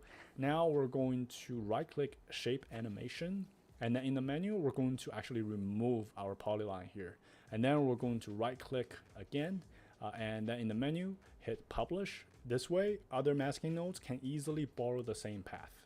And that's exactly what we're going to do next. We're going to bring in the mask paint node and then connect it to polygon masking node. And now here we're going to first of all select the polyline stroke type, and then under stroke controls we're going to right click shape animation in the menu, connect to that path that we just created. Now you're going to see the mask paint node is going to take on that exact same shape. And now we're going to bring the softness down because we don't need that. And then we're also going to bring the size parameter down a little bit as well. And now the next thing we're going to do is to adjust the spacing parameter. That's what's going to give us that, dashed line look. Now you can bring this up to the top, which is 1, but you can also bring this further up by manually typing a number. We're going to go with 2 here. So once you're happy with the spacing, the next thing we're going to do is to go back to polygon masking node, and then under paint mode, all we need to do is just to select minimum. Now you're going to see the dashed line shape. So one thing I do like about this method is that the edge looks a lot more natural. And on top of that, the dashes themselves, they also bend based on the shape. And very much like the text node, you can keyframe right on, right off to animate the shape itself. Okay, hold on. That actually seems to be relatively straightforward. So let me see if I can remember what he did. He went in here to the polygon node, he right clicked, and then he removed polygon, boom, and then he right clicked, and he said publish, and then he added a mask.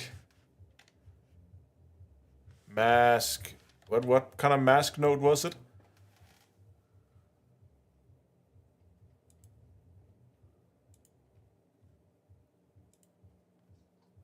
Nodes can easily borrow the same path.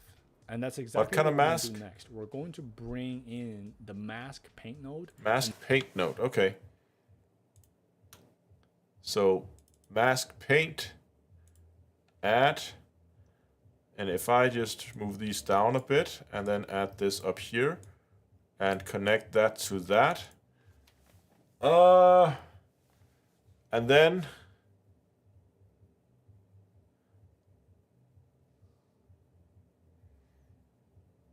was it stroke control?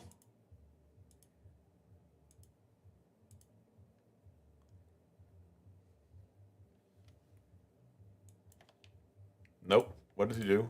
And then connect it to polygon masking node. And now here we're going to, first of all, select the polyline stroke type.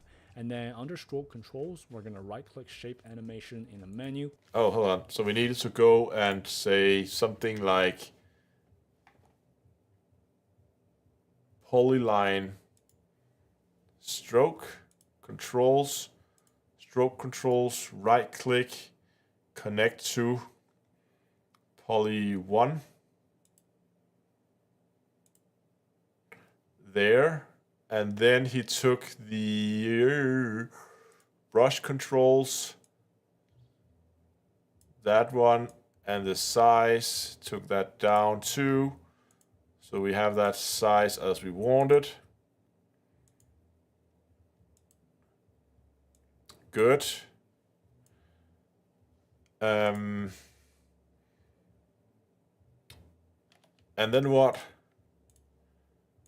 Connect to, it's going to need that. Now the next dash line look. Now you can bring this up to the top, which is 1, but you can also bring this further up by manually typing a number. We're going to spacing, right. Here. So once you're happy with the spacing, the next thing we're going to do is to go back to polygon masking node and then under paint mode. Got it. Okay, so we go in here and we go up with the spacing. So like he tried 2. Not sure if that's enough. But let's just go back here to this one and then we can submerge. We went to minimums. Okay. Controls, and if we go further up with the spacing, let's say spacing 3, that's probably not too much. 2 was maybe okay. Question is now, can I animate this so that it kind of flows? Because the right on, it should be easy, right? We can do that here.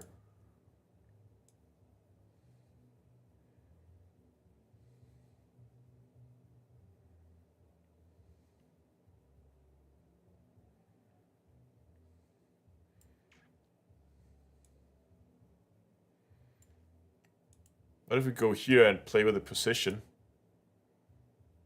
Nope. So that just basically makes the right on, right off thing. But I want it to flow.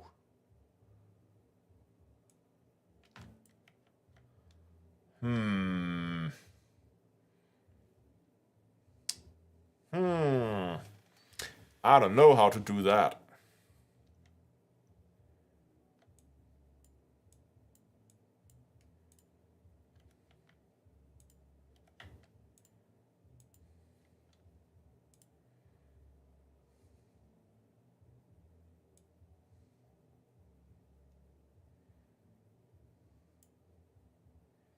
Center, that just moves it. Angle, yeah, nope, that's not it either. Size, that's not it either. Duration.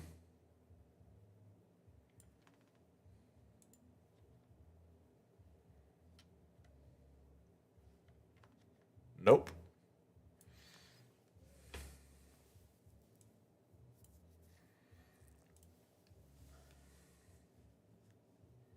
Trail.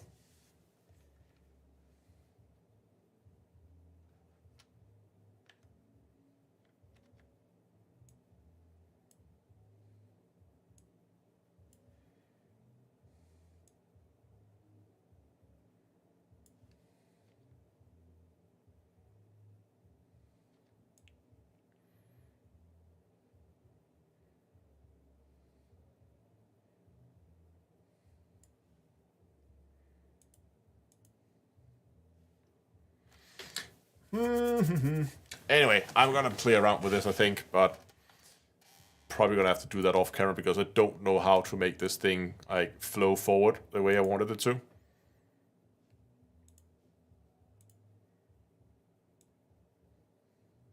Because I mean, you can animate this so that it flows forward like this, but I kind of want it to be, you know, so it looks like there's a continuous flow from the mining heads into the refinery.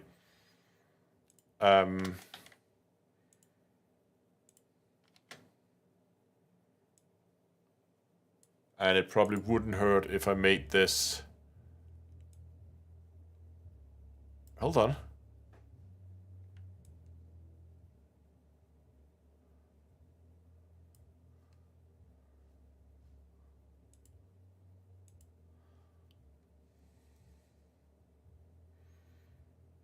There... I thought we had something there, but...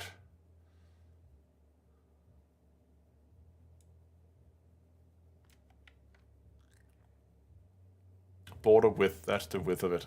Make it slightly bigger. Okay. I think I'm going to call this stream here. I'm going to sit and play around with this off camera. If you want to continue watching this, I'm probably going to go live over on Discord instead. But it's getting a little bit more nitty-gritty now. I was hoping we could do something fast and simple. But if you're interested and want to see more of this, then come by Discord. And again, I will try to get a video out as soon as possible. We're gonna go over all the details in the new, in this new mining ship, and this animation might actually be part of it. I hope. So, thanks for watching. It's good for today, and until next time, I'll see you guys in space.